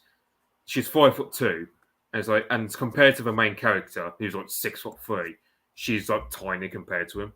So I don't see how she can appear intimidating or otherwise like a girl boss or whatever. Probably true, mate. Yeah, that's probably true. So it's like, yeah, I just don't. I mean, and also you get these films where you have the fourth Die Hard film where you get this like Asian girl who's like 5'6". She's taking on like Bruce Willis, who's like, I mean, fair enough, Bruce Willis might be, like, I don't know, in his 50s by the time that film came out or whatever. But I really don't think he's going to get his arse handed to him by a woman who's like 8 inches shorter than him. Especially when an Asian chick is quite skinny compared to him, whereas he's still big built. According to feminists, the skinniest, smallest little cock can beat up his wife no matter what size she is. And if she complains to the cops, he should be chucked out of the house that he's mainly paid for and given all sorts of legal bullshit. But on the other hand, women can also be infantry soldiers. Both those things cannot be true. And we all know the one that is true and the one that isn't true. I mean, I don't know about women in infantry. I mean, can you imagine women commanding drones? Let's say being drone operators. Yeah, absolutely. I can imagine women controlling drones because there's no risk to them. But I can't imagine women in the infantry because they can't carry 80 pounds on their back or 160 pounds with all their kit. And when someone fires at them, they're going to get scared, they're going to scream, they're going to wet themselves and run away. But that's just me. I was just an infantry soldier. I'm probably wrong. Well, it's not just that. I mean, there's that. I remember one time there was this like scene from a Russian film where this nun gets killed in the middle of like a Russian Civil War battle. All the blokes, they just get all angry and charge up to right straight away. That's what men used to do. And of course, if you have a woman in your infantry section, men will not like try and protect her more than they would other blokes. And the attack will not stall because other blokes are trying to protect that stupid fucking woman who shouldn't be there in the first place. Look, I like women, don't get me wrong, mate. I adore women. I think they are beautiful. They can be so cute, they're lovely, but they don't belong in frontline roles in any of the armed forces. None of them. Shouldn't be in any of them. They make good nurses, they make good people talking on the radio. They should not be in any frontline role whatsoever. None of them. Even the fat Shaniquas, who the Americans are using these days in their transport regiments, when they get ambushed, as they will, they're just all going to die because they're useless. Women are no good at that shit. I went out with a British woman soldier for a while when Britain had just changed the rules that women soldiers had to do their own guards. And she actually turned around and said to me, she said, Ted, if I was on guard and there was a terrorist in front of me, I'm not sure I could kill them. I'm not sure I could shoot them. And that is absolutely 99% of women. So all her mates would all get killed because she couldn't shoot them. But that's just how women are, mate. It 100%, that's how women are. They might kill you, but there again, they might not. And that's if they can carry 160 pounds to the front and not get injured, which they normally do, and not pretend that they're pregnant before they go on deployments, which they normally do. It's just nonsense, mate. The British Army and the American Marine Corps, the US Marine Corps, have both done loads of deep stuff on this. They've had sections, which with the American forces they call squads, which is about 8 guys. And they've had platoons, which is about 30 people, and companies, which is about 100 or so people, doing exercises. And they've had all male sections and platoons and companies. And they've had mixed squads and platoons and companies. And they've had all female sections, squads, platoons, or companies. And always invariably, the all-male units were like twice as efficient as the mixed units. And the mixed units were very slightly better than the all-female units. This is just a fact. Women are not made for war. They're not. They are not the same as blokes in any way, shape, or form. They're too small. They're not aggressive enough. They're just no good at it, mate. This is just the truth. Anyone who denies that is just like trying to deny human evolution for millions of years. Bjarke says they could be snipers. No, they can't even be good snipers. I'm sorry. No, they can't. They shouldn't be there at all.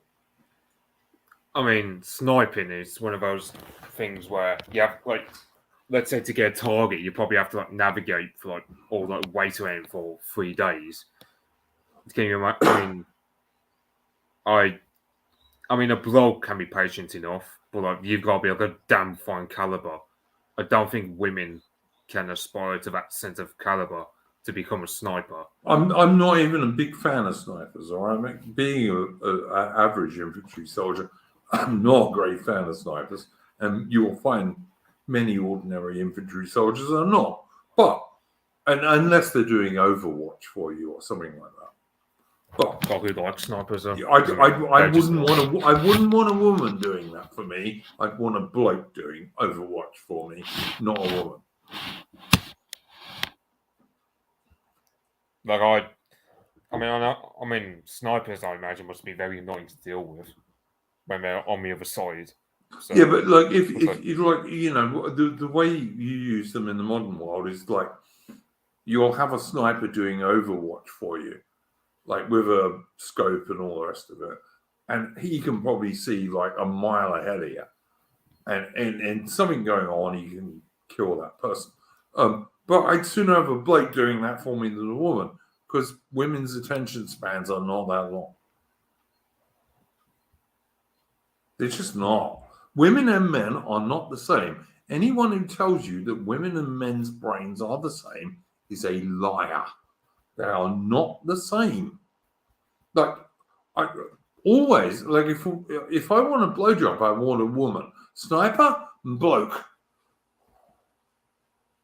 Sorry.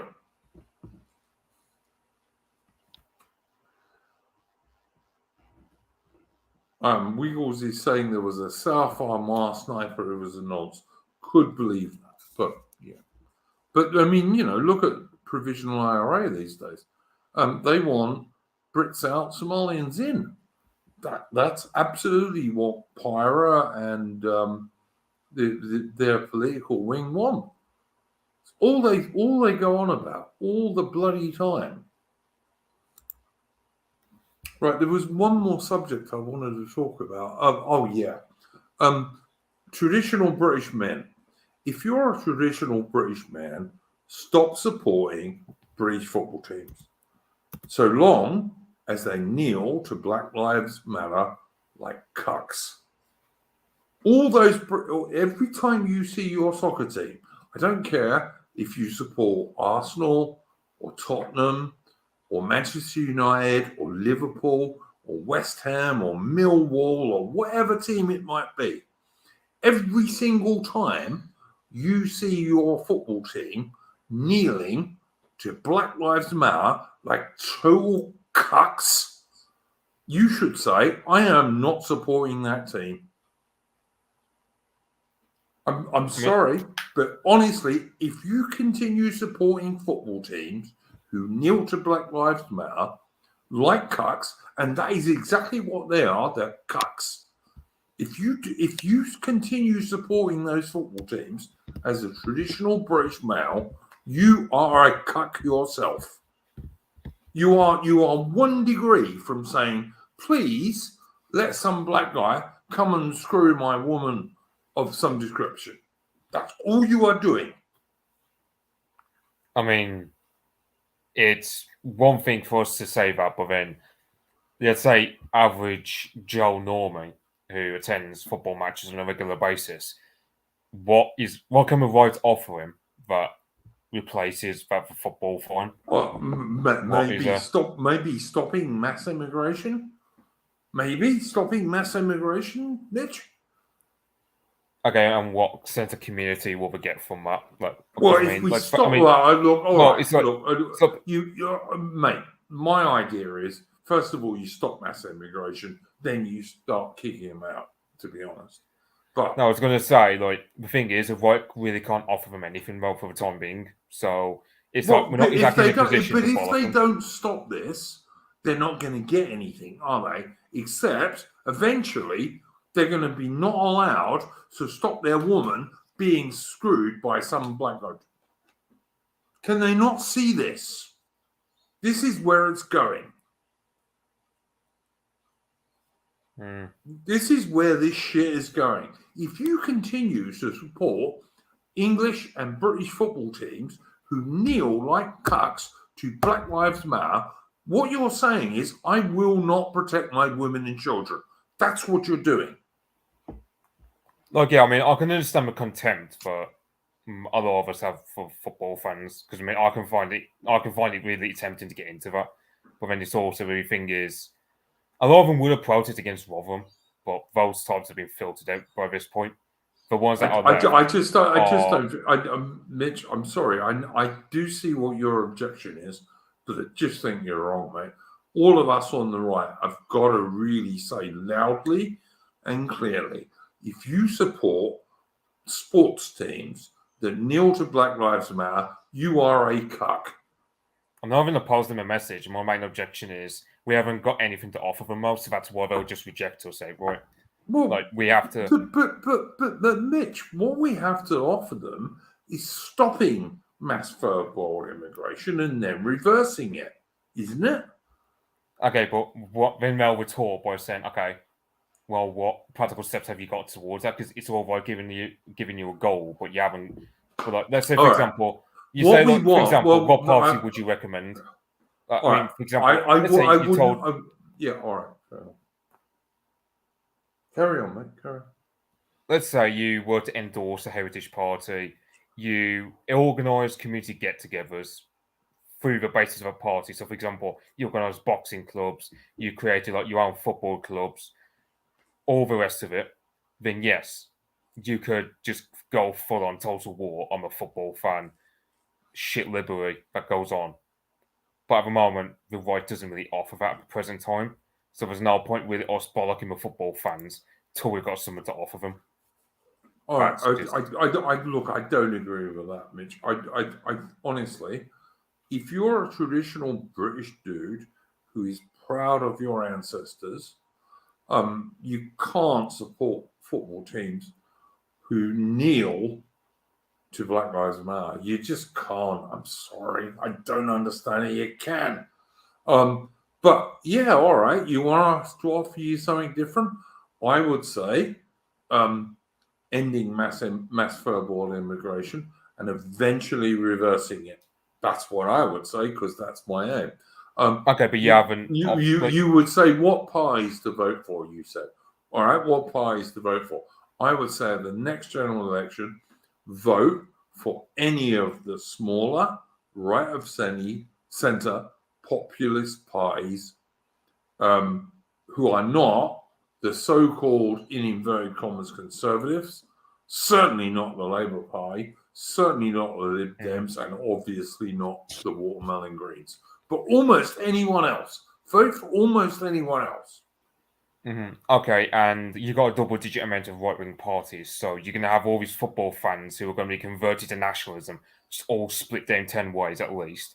They're all going to hate each other also, because you got to think how egotistical the right has become in terms of the leadership. Yeah. So you can just imagine it's going to cause more problems. You know I don't agree with that, don't you?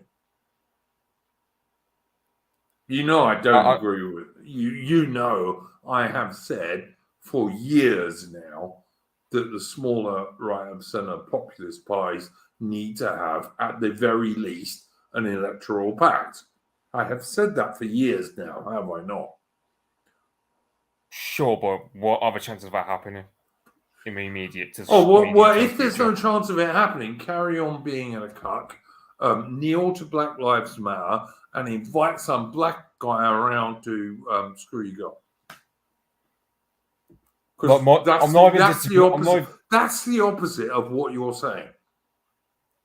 I don't know why you're doing it absolute here when I'm basically agreeing with your I know you're right, argument. Mitch. I don't think you're a bad dude, and I know you're a good dude. What I'm trying to say is that your argument that we don't have anything to offer them is equally ridiculous to the argument of what the left is offering them, which is basically, well, eventually you won't be able to defend your women at all. Well, the thing about the left is this, like, the powers that be can offer them bread and circus. Now, you can disagree with that all you like, but at the end of the day, they offer them bread and circus, however shit the deal might be. They offer some plastic entertainment that assuages their sense of discontent for about 5 minutes at a time. Mitch, when you see these football players, like many of whom are not English or British anyway, but when you see these football players kneeling to like Black Lives Matter, doesn't it make you like want to throw up in your mouth? Because it does to me. It makes me want to throw up in my mouth. Why do you think I don't watch Premier League football anymore? I mean, fair enough, I don't have a TV anymore, but I mean, that was reason why I don't watch Premier League anymore. But Mitch, commercialises. I just noticed on Twitter, right? I haven't been on Twitter all that long. Apparently, I've been on Twitter. Apparently, I've been on Twitter for years, but I didn't realize I was. So I've only been posting there for a bit. And like, all I see all the time is top screening thing is, I beg your pardon, is two British gay football clubs playing each other and kneeling to Black Lives Matter. And it just makes me sick, mate. It makes me sick. Mm-hmm. And those football fans, they'll stick up, they'll tolerate it, even when they don't like it, because that's the only football they're offered. Whereas, let's say you and I were to organise, let's say, football clubs, for argument's sake, all over the country, and siphoned off all these disaffected football fans, you've given them an option to opt out the system. That's my point. Like, there's no option for them to opt out the system, unless you just want them to turn into guys like me, where we just like, we act like really disaffected, cynical doomers who just smoke cigarettes or whatever all the damn time. I don't think that's what you want all the football fans to be like. So that's my point. I'd like them to be looking at local teams that they could maybe help coach, where they don't kneel. That's what I like. Like West Ham, I used to be a West Ham United fan many, many years ago, even though I lived on the opposite side of the river to West Ham.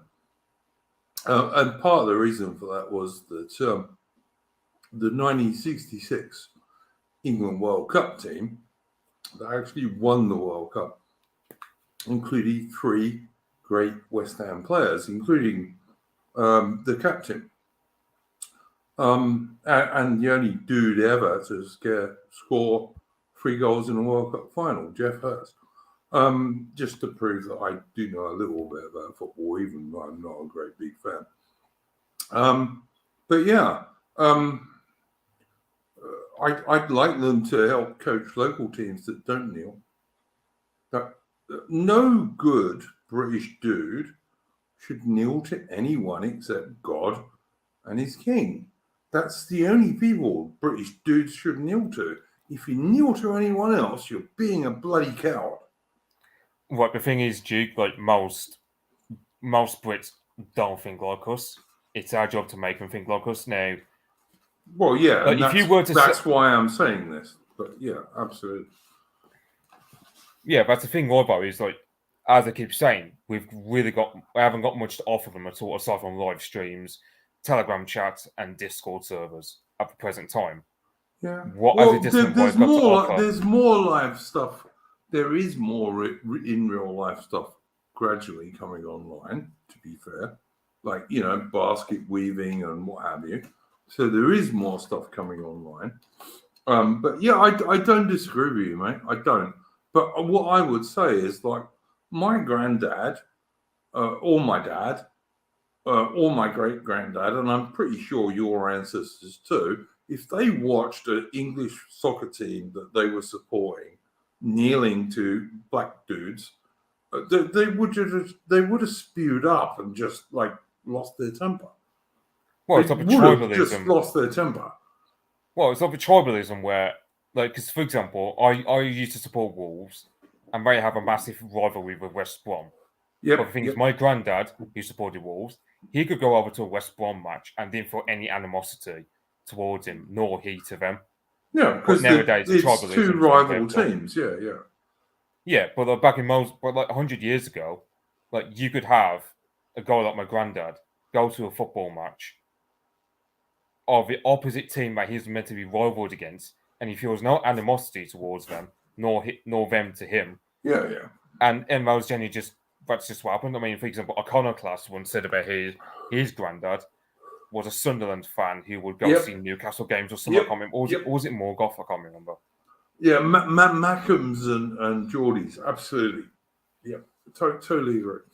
But at the same time, I'd just say to you, Mitch, that your granddad would have been disgusted with these guys kneeling to Black Lives Matter. He would have spewed. Okay. Yeah, he would have, but that's the thing. Guys like my granddad, that's not the standard of men you've got these days, is it? That's okay, but I would like us to try and head back in that direction. You know what I mean? Yeah, and we're not really going to get men to ascend to that angle if we just spend our time bollocking them all the damn time, but give them nothing to offer. No. Look, I'm not saying that, Mitch. I'm not. I'm saying if they support us, they're going against a lot of stuff.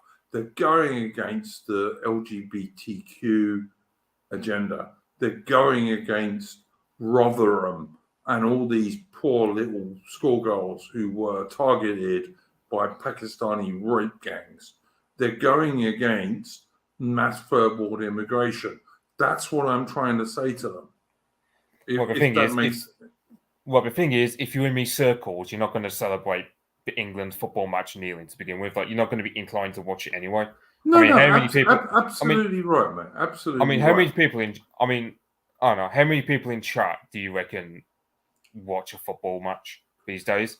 I have no idea, mate. I've got no idea at all. I'm trying to say is we do have something to offer them. We do have something to offer them. It's just not another football match. Football matches, as you rightly said yourself a bit earlier, it's bread and circuses, isn't it? Yeah, that's the thing. It applies them it acts the same way as weed does for the average normie. Is that it just placates them for the time being? It's like antidepressants, as Ted Kaczynski would describe them, in terms of, they don't actually treat the root causes. It's just to ply you off, to placate you for about 90 minutes at a time and get you talking about it for days on end to distract you from talking about anything else. But I know for a fact, because my younger brother was one. My younger brother was a fanatical Millwall fan, right? He used to go all over the bloody country following Millwall. But he was absolutely a white nationalist.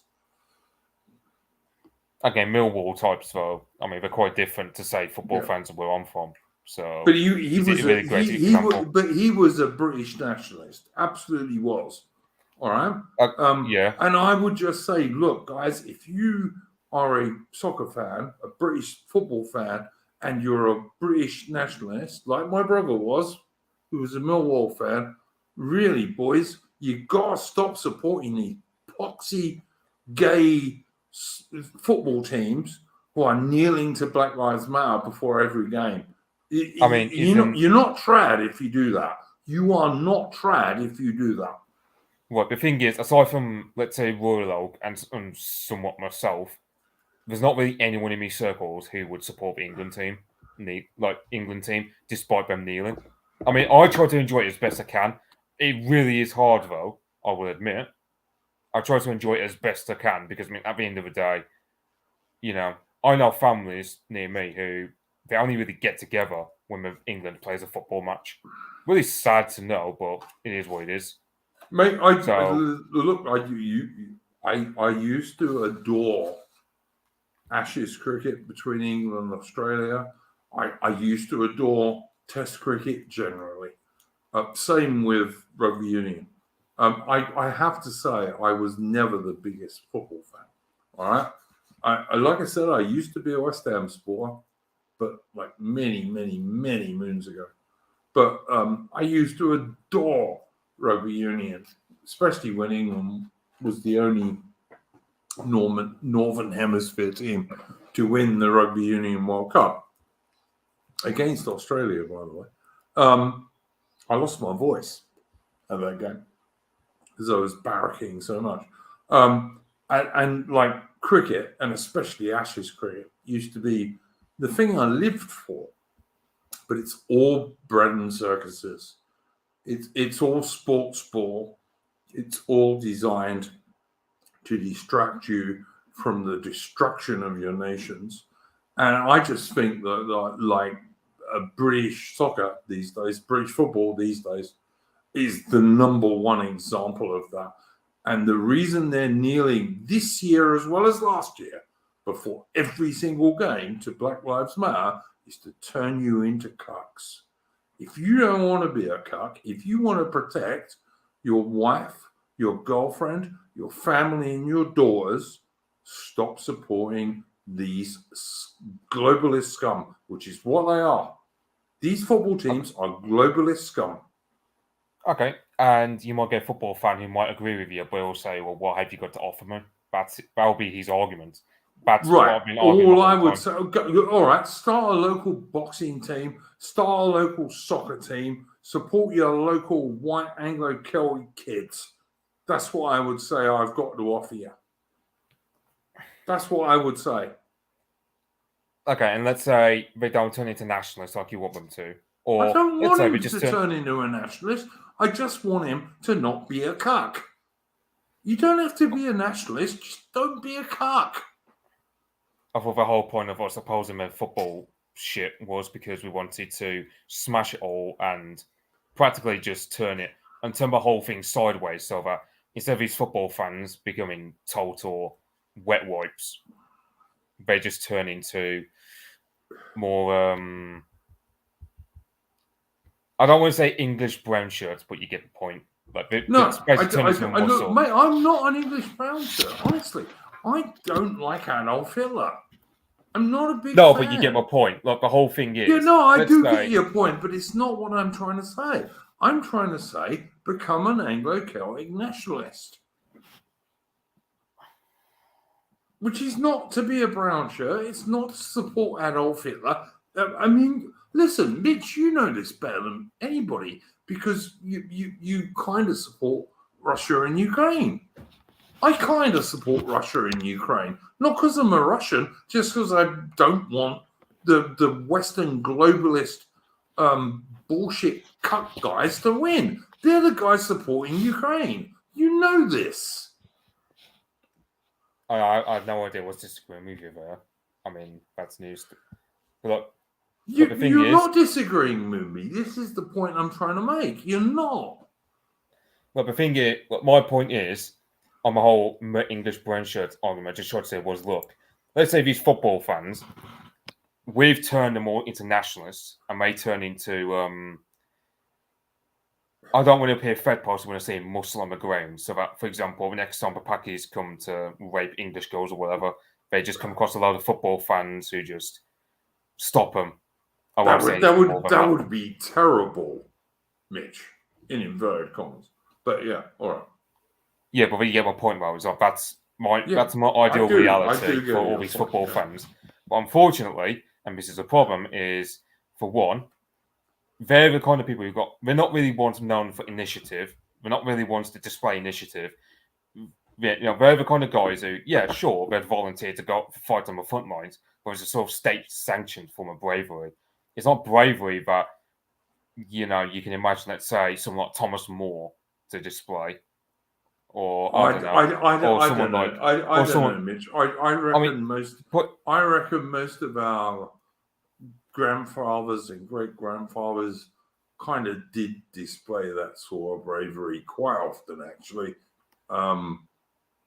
So yeah, I think they did actually. So I'm not going to totally agree with you there. I just think we have to point out to these guys what that kneeling represents. It doesn't represent nothing. It represents. And you can tell them all that you like to your heart's content. But the thing is, they won't listen to you because, as I said, we got nothing to offer them. And you say, oh well, they should form their own groups or whatever. And I go, okay. The problem is, they're people to be led. They're not people who are going to do things on their own initiative, despite however many times you tell them. Because that's just. It's like, for example, if Richard was still among us, I imagine he'd argue the same as me in that most people are just there to be led. They're not people who are going to display initiative. I'm not disagreeing with that absolutely, Mitch. But I would say that is sometimes, including by Richard and by AA on occasion, it's a bit overemphasized. Like I think British people particularly I think Anglo-Celtic people particularly can a bit more than some others think for themselves. And I reckon many of their ancestors did. No, I mean I'm going off people I know IRL. They're not taking. But you're not like that. But you're not like that. I mean, how much of that is down to my autism? So, how many people do we have on the Discord who's not like that? Quite a lot. I mean, like the thing is, like, I mean, as Adam will say, I mean, like the Britain that you think of back in your day, well, like it's not the Britain we have today, where I'm growing up in it, and I never knew the Britain that you grew up in. So that's why we're having this like really disconnected sense of clash between. Maybe I've still got a bit more faith in average British dudes. Maybe.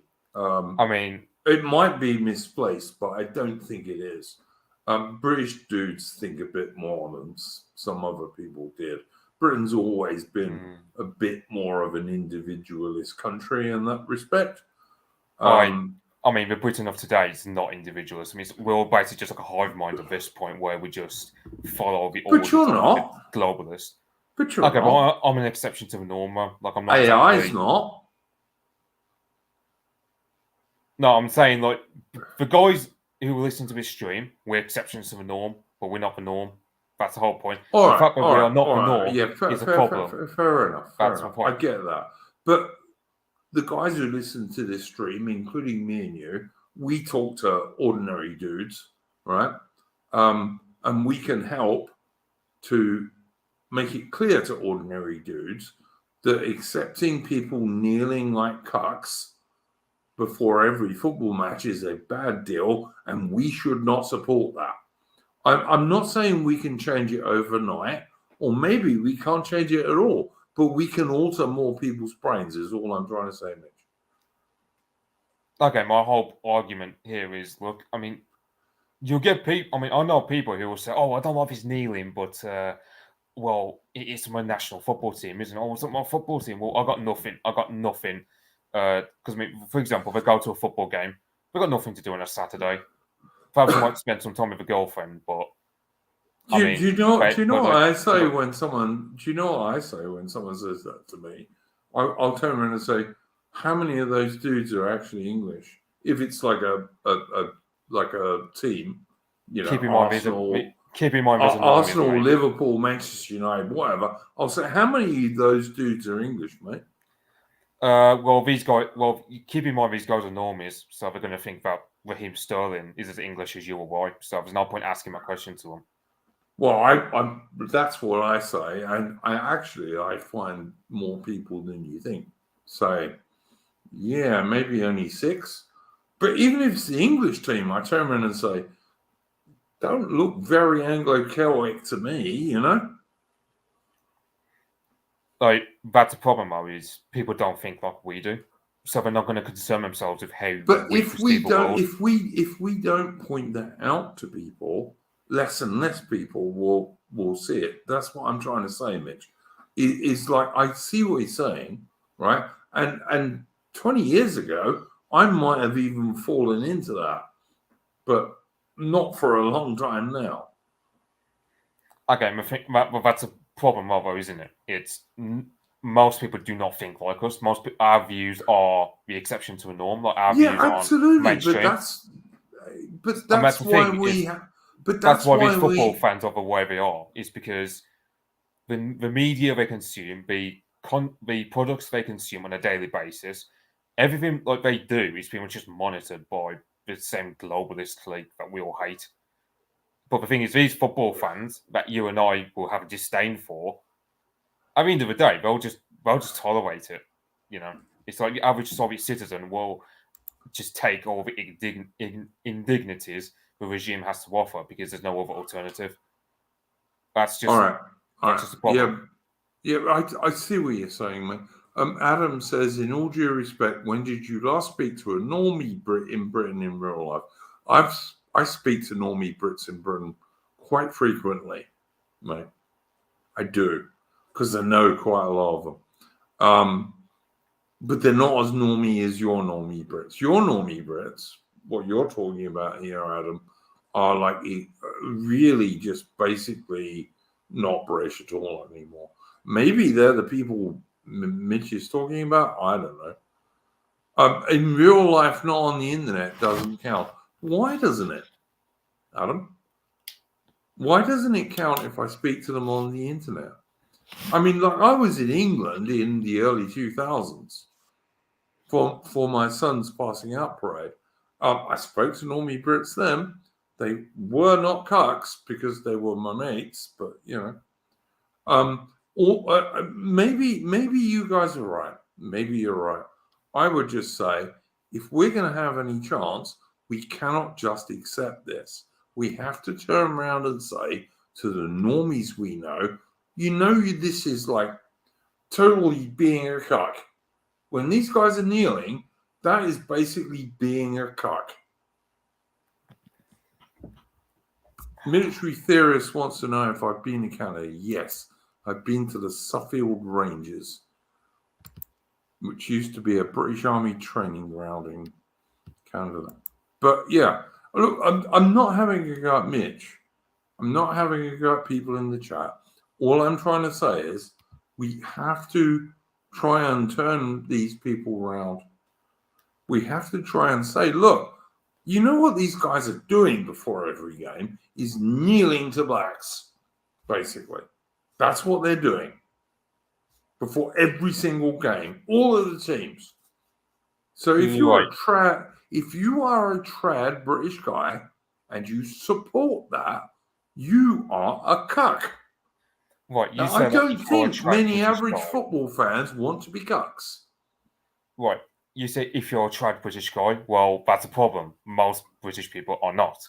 That's the root problem of all this, which is why us bollocking them to our heart's content isn't really going to solve a problem. Because, I mean, as I said, at the end of the day,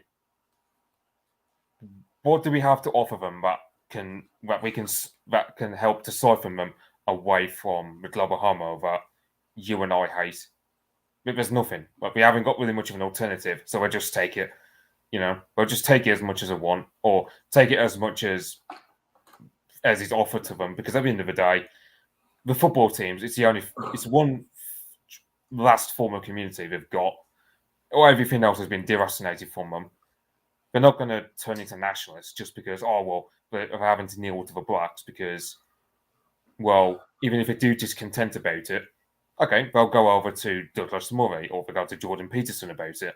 They're not going to go over to the likes of Well, even that will set them in the right direction, even if they are gatekeepers. But, I mean, right, I've got a brother who is into Jordan Peterson. That was 3 years ago. He's not progressed since. So it's not really like most guys will just go to a certain guy and then just stick to them for years upon end. It will take them long time to wake them up, even if you do concentrate your efforts on them. Because, as I said, you and I are the norm. But let's say your average Jordan Peterson fan, they don't advance beyond Peterson for quite a long while. So they're just spending loads of time and effort, just having their time wasted, really, by just listening to JBP and not getting into our circles.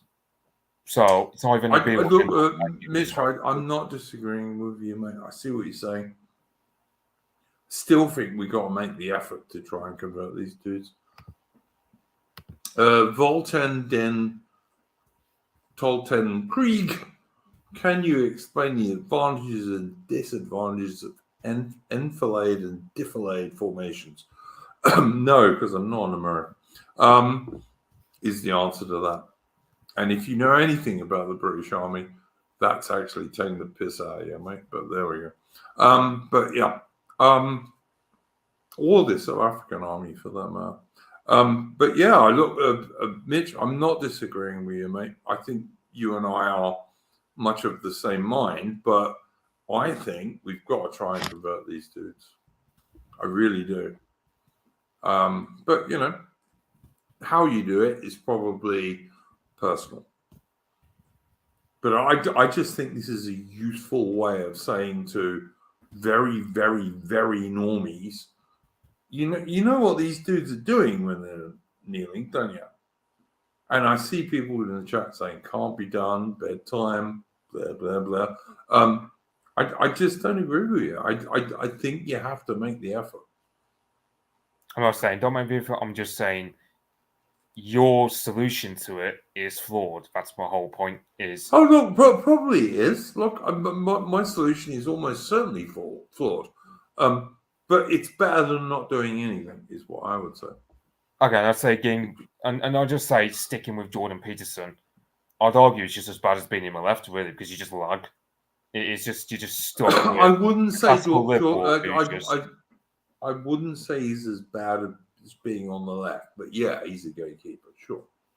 Okay, so my brother, for example, who I've said a bit earlier, he's just stayed behind with Jordan Peterson. He's still as degenerate as he was when he was apolitical. So, well, I'm pretty he hasn't degenerate, really but changed I'm that much. fairly on the right. But I am pretty degenerate in many respects. I would be called so by like some trad cats and people like that. But I don't know, boys. It's a discussion. I think the kneeling at British football matches, which is a very big deal in British working class culture, is something where you can possibly change people's opinion a bit. But that's only my own view. You might be right, Mitch. I think you might be able to change people's view on that a bit if you tell them what's really going on, like in a sensible way. And I'm not saying just, oh no, you're a cunt.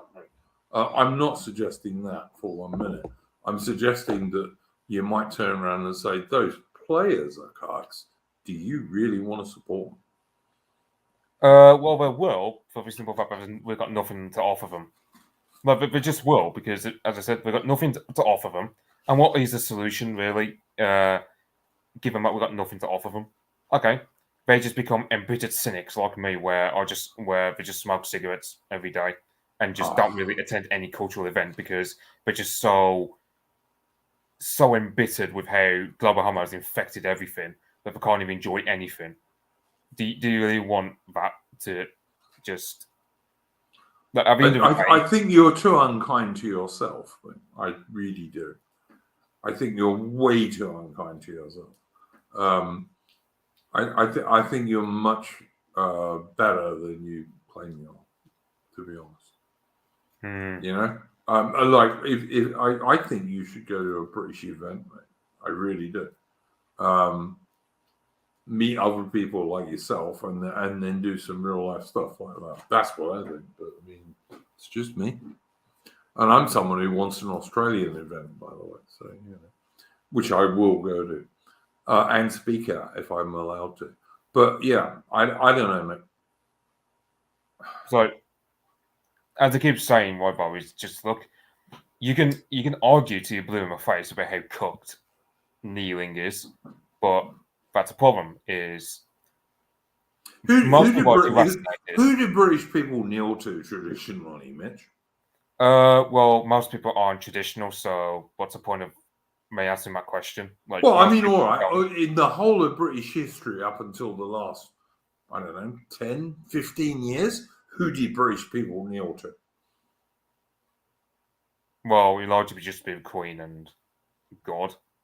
Yeah, your monarch and your God. That's the only people British people kneel to. So anyone who kneels to anything else is not trad British. And that's not like going back into the deep past. That's going back 10, 15 years at most. Right. And this is the thing. You say 10, 15 years and you go, okay, that's 10 years ago at the soonest. We're living in a Britain now where it's much changed from what you envision it to be. So the British that you think the average football fan to be like, it's not really. I mean, a lot of them are just like deracinated. Like what is there to offer? What can the world offer them? Like, okay. Well, like I've said about 10 times already, end of mass immigration and eventually getting rid of them. But yeah, Adam in the chat says not trad British, said the agnostic. Adam, if I'm not more trad British than you, I promise I will cut my own throat. I bet I'm more trad British than you. Any money you like. Because you have no idea of how trad British I am. In fact, I don't know. Maybe people who watch this channel for a while do have some idea. But really, I'm more trad British than any Catholic could ever be. Right. Or any Protestant, by the way. All right, before we go, dudes, I think we got a super chat, which I want to go and check. Would you mind staying for that, Mitch? I got 5 minutes because I'm an Good, angry mate. star. Thank you very much. All right, we got a super chat from EH for $3 USA. Alice here. Left liberal revisionists say the thuggy cult of India is a myth. I find that hard to believe. What are your and the panel's thoughts? I tried to send in pounds, but entropy wouldn't play nice. Actually, you can't send pounds, I don't think. But anyway, thank you very much, Alice. What's your thinking on that one, Mitch? Mm. You know about the thuggy cult. I know you do. Not in depth, but I mean, I know, like, I mean, there's a reason why we have the word thug in English for a damn good reason. But like, Yep. I mean, I know like the strangled travelers to sacrifice to some god called Kali, I believe. I don't know if it's a he or she. Got a goddess called Kali. Yeah, absolutely. You can see a movie called The Deceivers, which is a pretty good film. What's the name of that actor who played James Bond for a while? Mitch? American dude who played James Bond for a bit. American? I don't remember any American playing. Well, he's an Irish American, I think. What Brosnan? Yeah. I think, yeah. He's in that movie. It's a really good film. And it is quite close, because it's based on a novel by a British Indian Army officer who was like an officer in an Indian regiment of the British Army. It's quite accurate. There's this movie called The Deceivers. Pierce Brosnan, yeah, you're right, mate. And it's quite accurate. And this single officer, when no one believed him, went to the British government in India and convinced them eventually that, yeah, there's this crazy cult that's up and down every single road in India, strangling people, partly to make money and partly to the goddess Kali. And it was true. And the British stopped it, just like they stopped Sati, which was like all Indian widows were thrown alive on the funeral pyre of their husbands. The British stopped that too. Bad guys, the British. They were really fucking evil. Honestly, they were. But yeah, it's a good movie. Go and check out The Deceivers. Good film. He says it's written by Michael Hurst. Should I watch it, man? I know, but the movie might be written by Michael Hurst. I don't know, but the film is based on John Masters' novel. Yeah, sure, but it's Michael Hurst. I mean, he's pretty bad for his soccer accuracy, and he's the one who screenwrote it apparently. So yeah, the film ain't bad, mate. I've watched it, and like I know quite a lot about Anglo-Indian history, and it's not a bad film. It's worth a watch. No, I'll take your word for it. Mate, have I ever recommended you a bad film? Not from my memory, no. No, honestly, it's not a bad movie. It's all right. There's bits of it where you'll think, oh, yeah, all right, he's going a bit Indian here, but it's not a terrible film. It's pretty good. And it's basically the story of the real British officer who really stopped the thuggy cult. One bloke. I can't remember if he was a captain or a major now, but he was responsible for stopping this cult that had been killing people. Captain, thank you, mate. And he was responsible for stopping a cult that had been killing thousands of Indians every year, and some Brits, by the way, in the early days, the later days, for like hundreds of years. And the Brits just stopped it because, we don't want people doing that. Bad show, old boy. But so it's actually a pretty cool film. I liked it anyway. And if you get into it, go and read John Masters' biography called Bugles and the Tiger, which is when he first joined the Indian Army in the 1920s, and then eventually he was in charge of a Chindik column fighting the Japanese in Burma during the Second World War, and that's also a good book as well. I think it's called Beyond the Chinwind, which is also a good book. But yeah, so thank you for that question, Alice Little. Hopefully we answered it all right. Anything you wanted to chill, Mitch? Beyond your Twitter, of course. Do go and check out Mitch's Twitter. What's your Twitter, mate?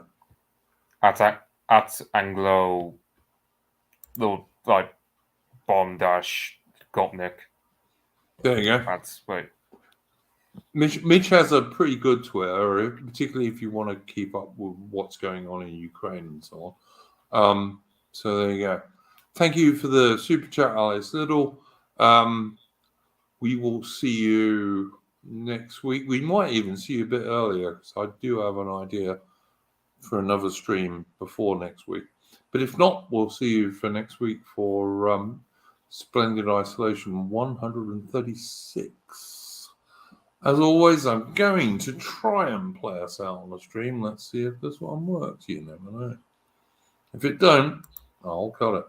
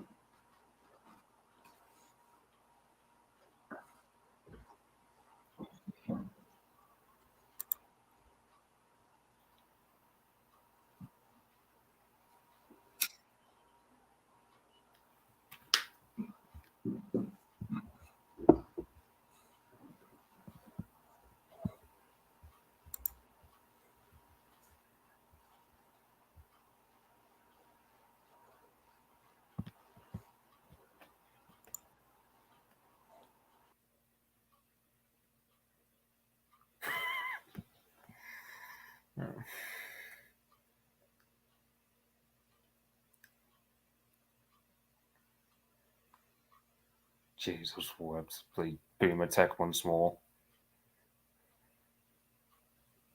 I might consider donating some money to him at this point just so he gets a better computer.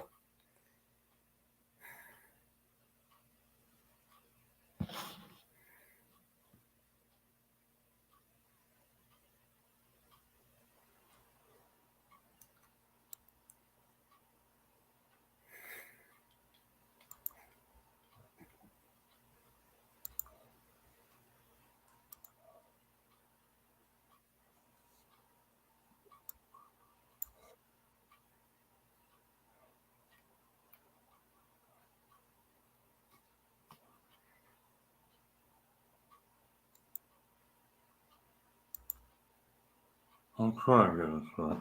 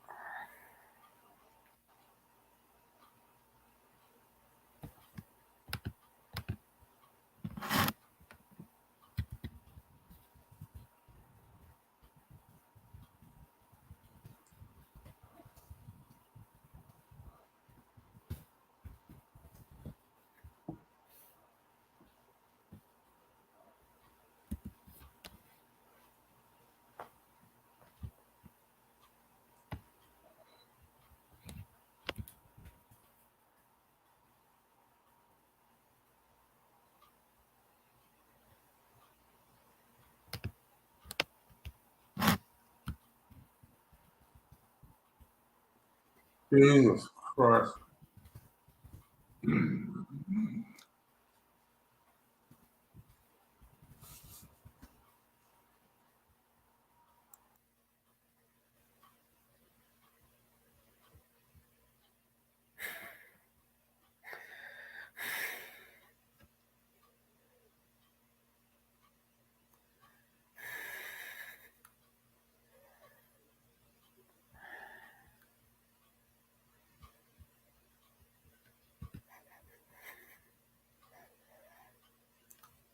Don't always say he's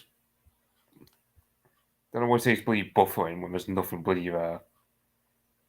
But he's starving. I am. I'm gonna go off.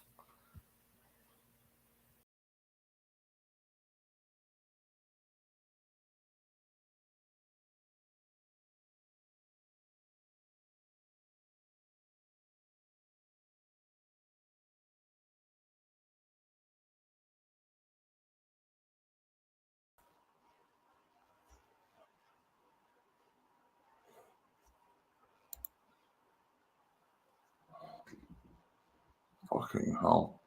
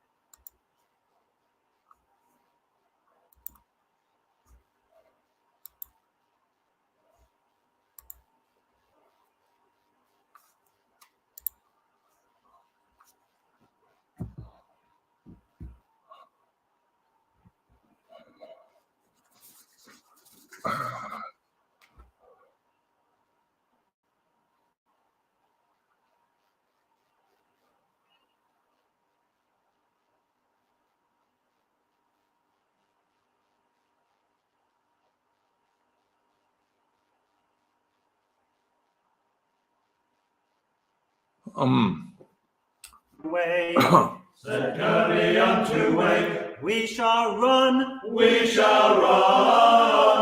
said Kirby unto wake, we shall run. Come on. I will try and get this right.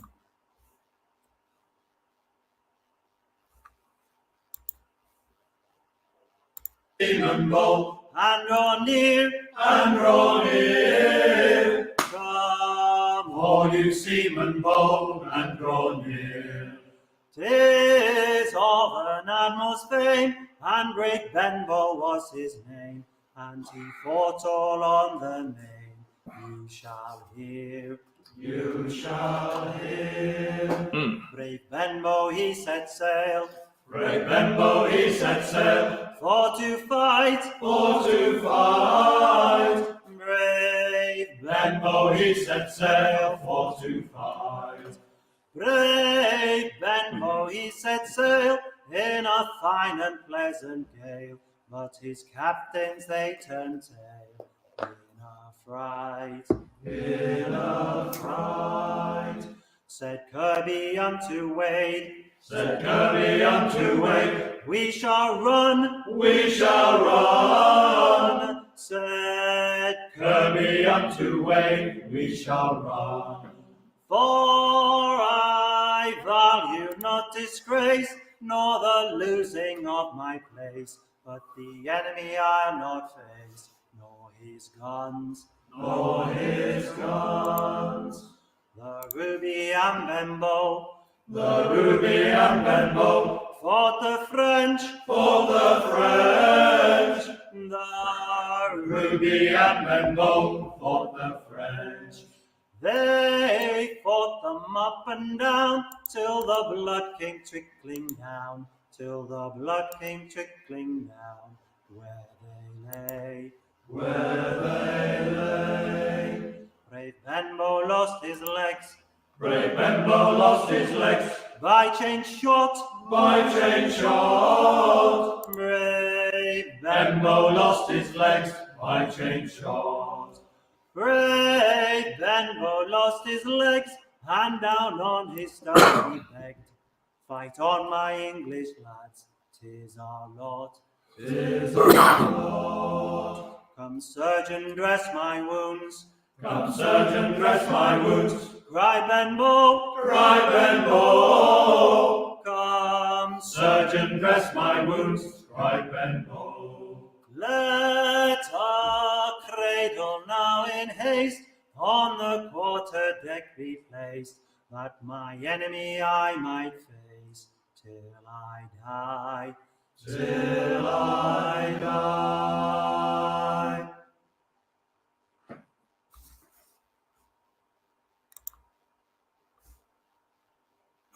Okay, I'm sorry about that, guys.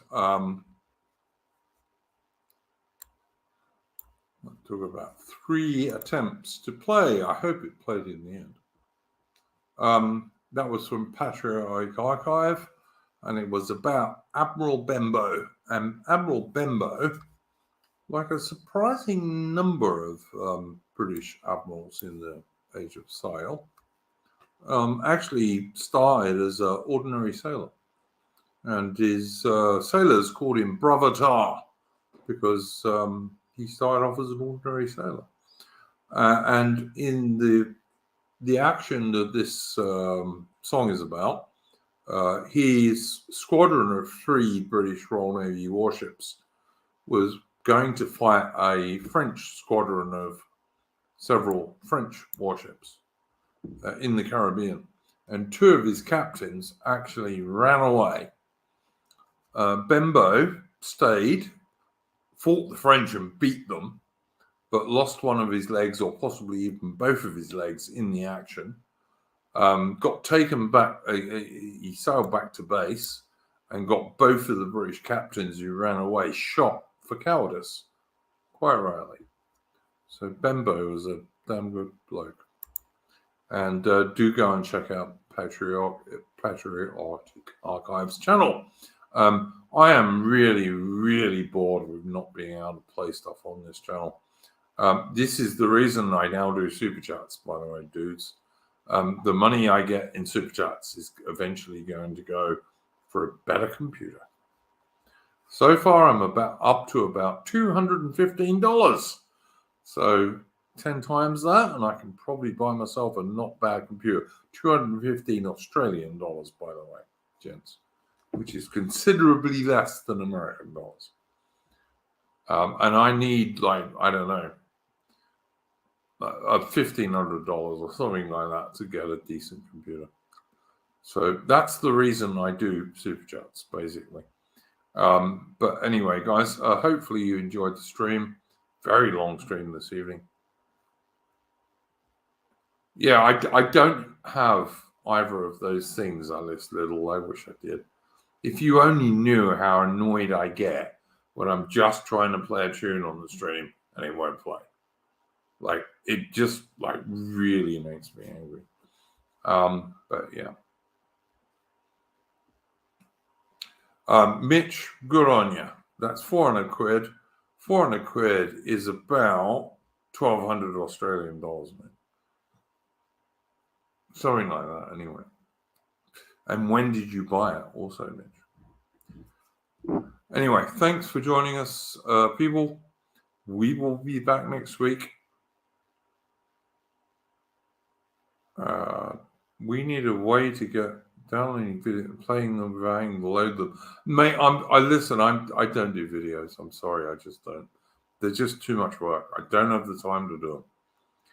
I did try one or two like a long time ago. Don't have time to do them now. And I also know some people talking in the chat. I'll just say thank God for chop chop is all I will say. And if you're Australian, you know what I mean. But anyway, we'll be back next week with Splendid Isolation 136. Might have another stream before that. We'll see how we go. Thank you very much to my excellent guests, Mitch and AI. And go well, people. Take care.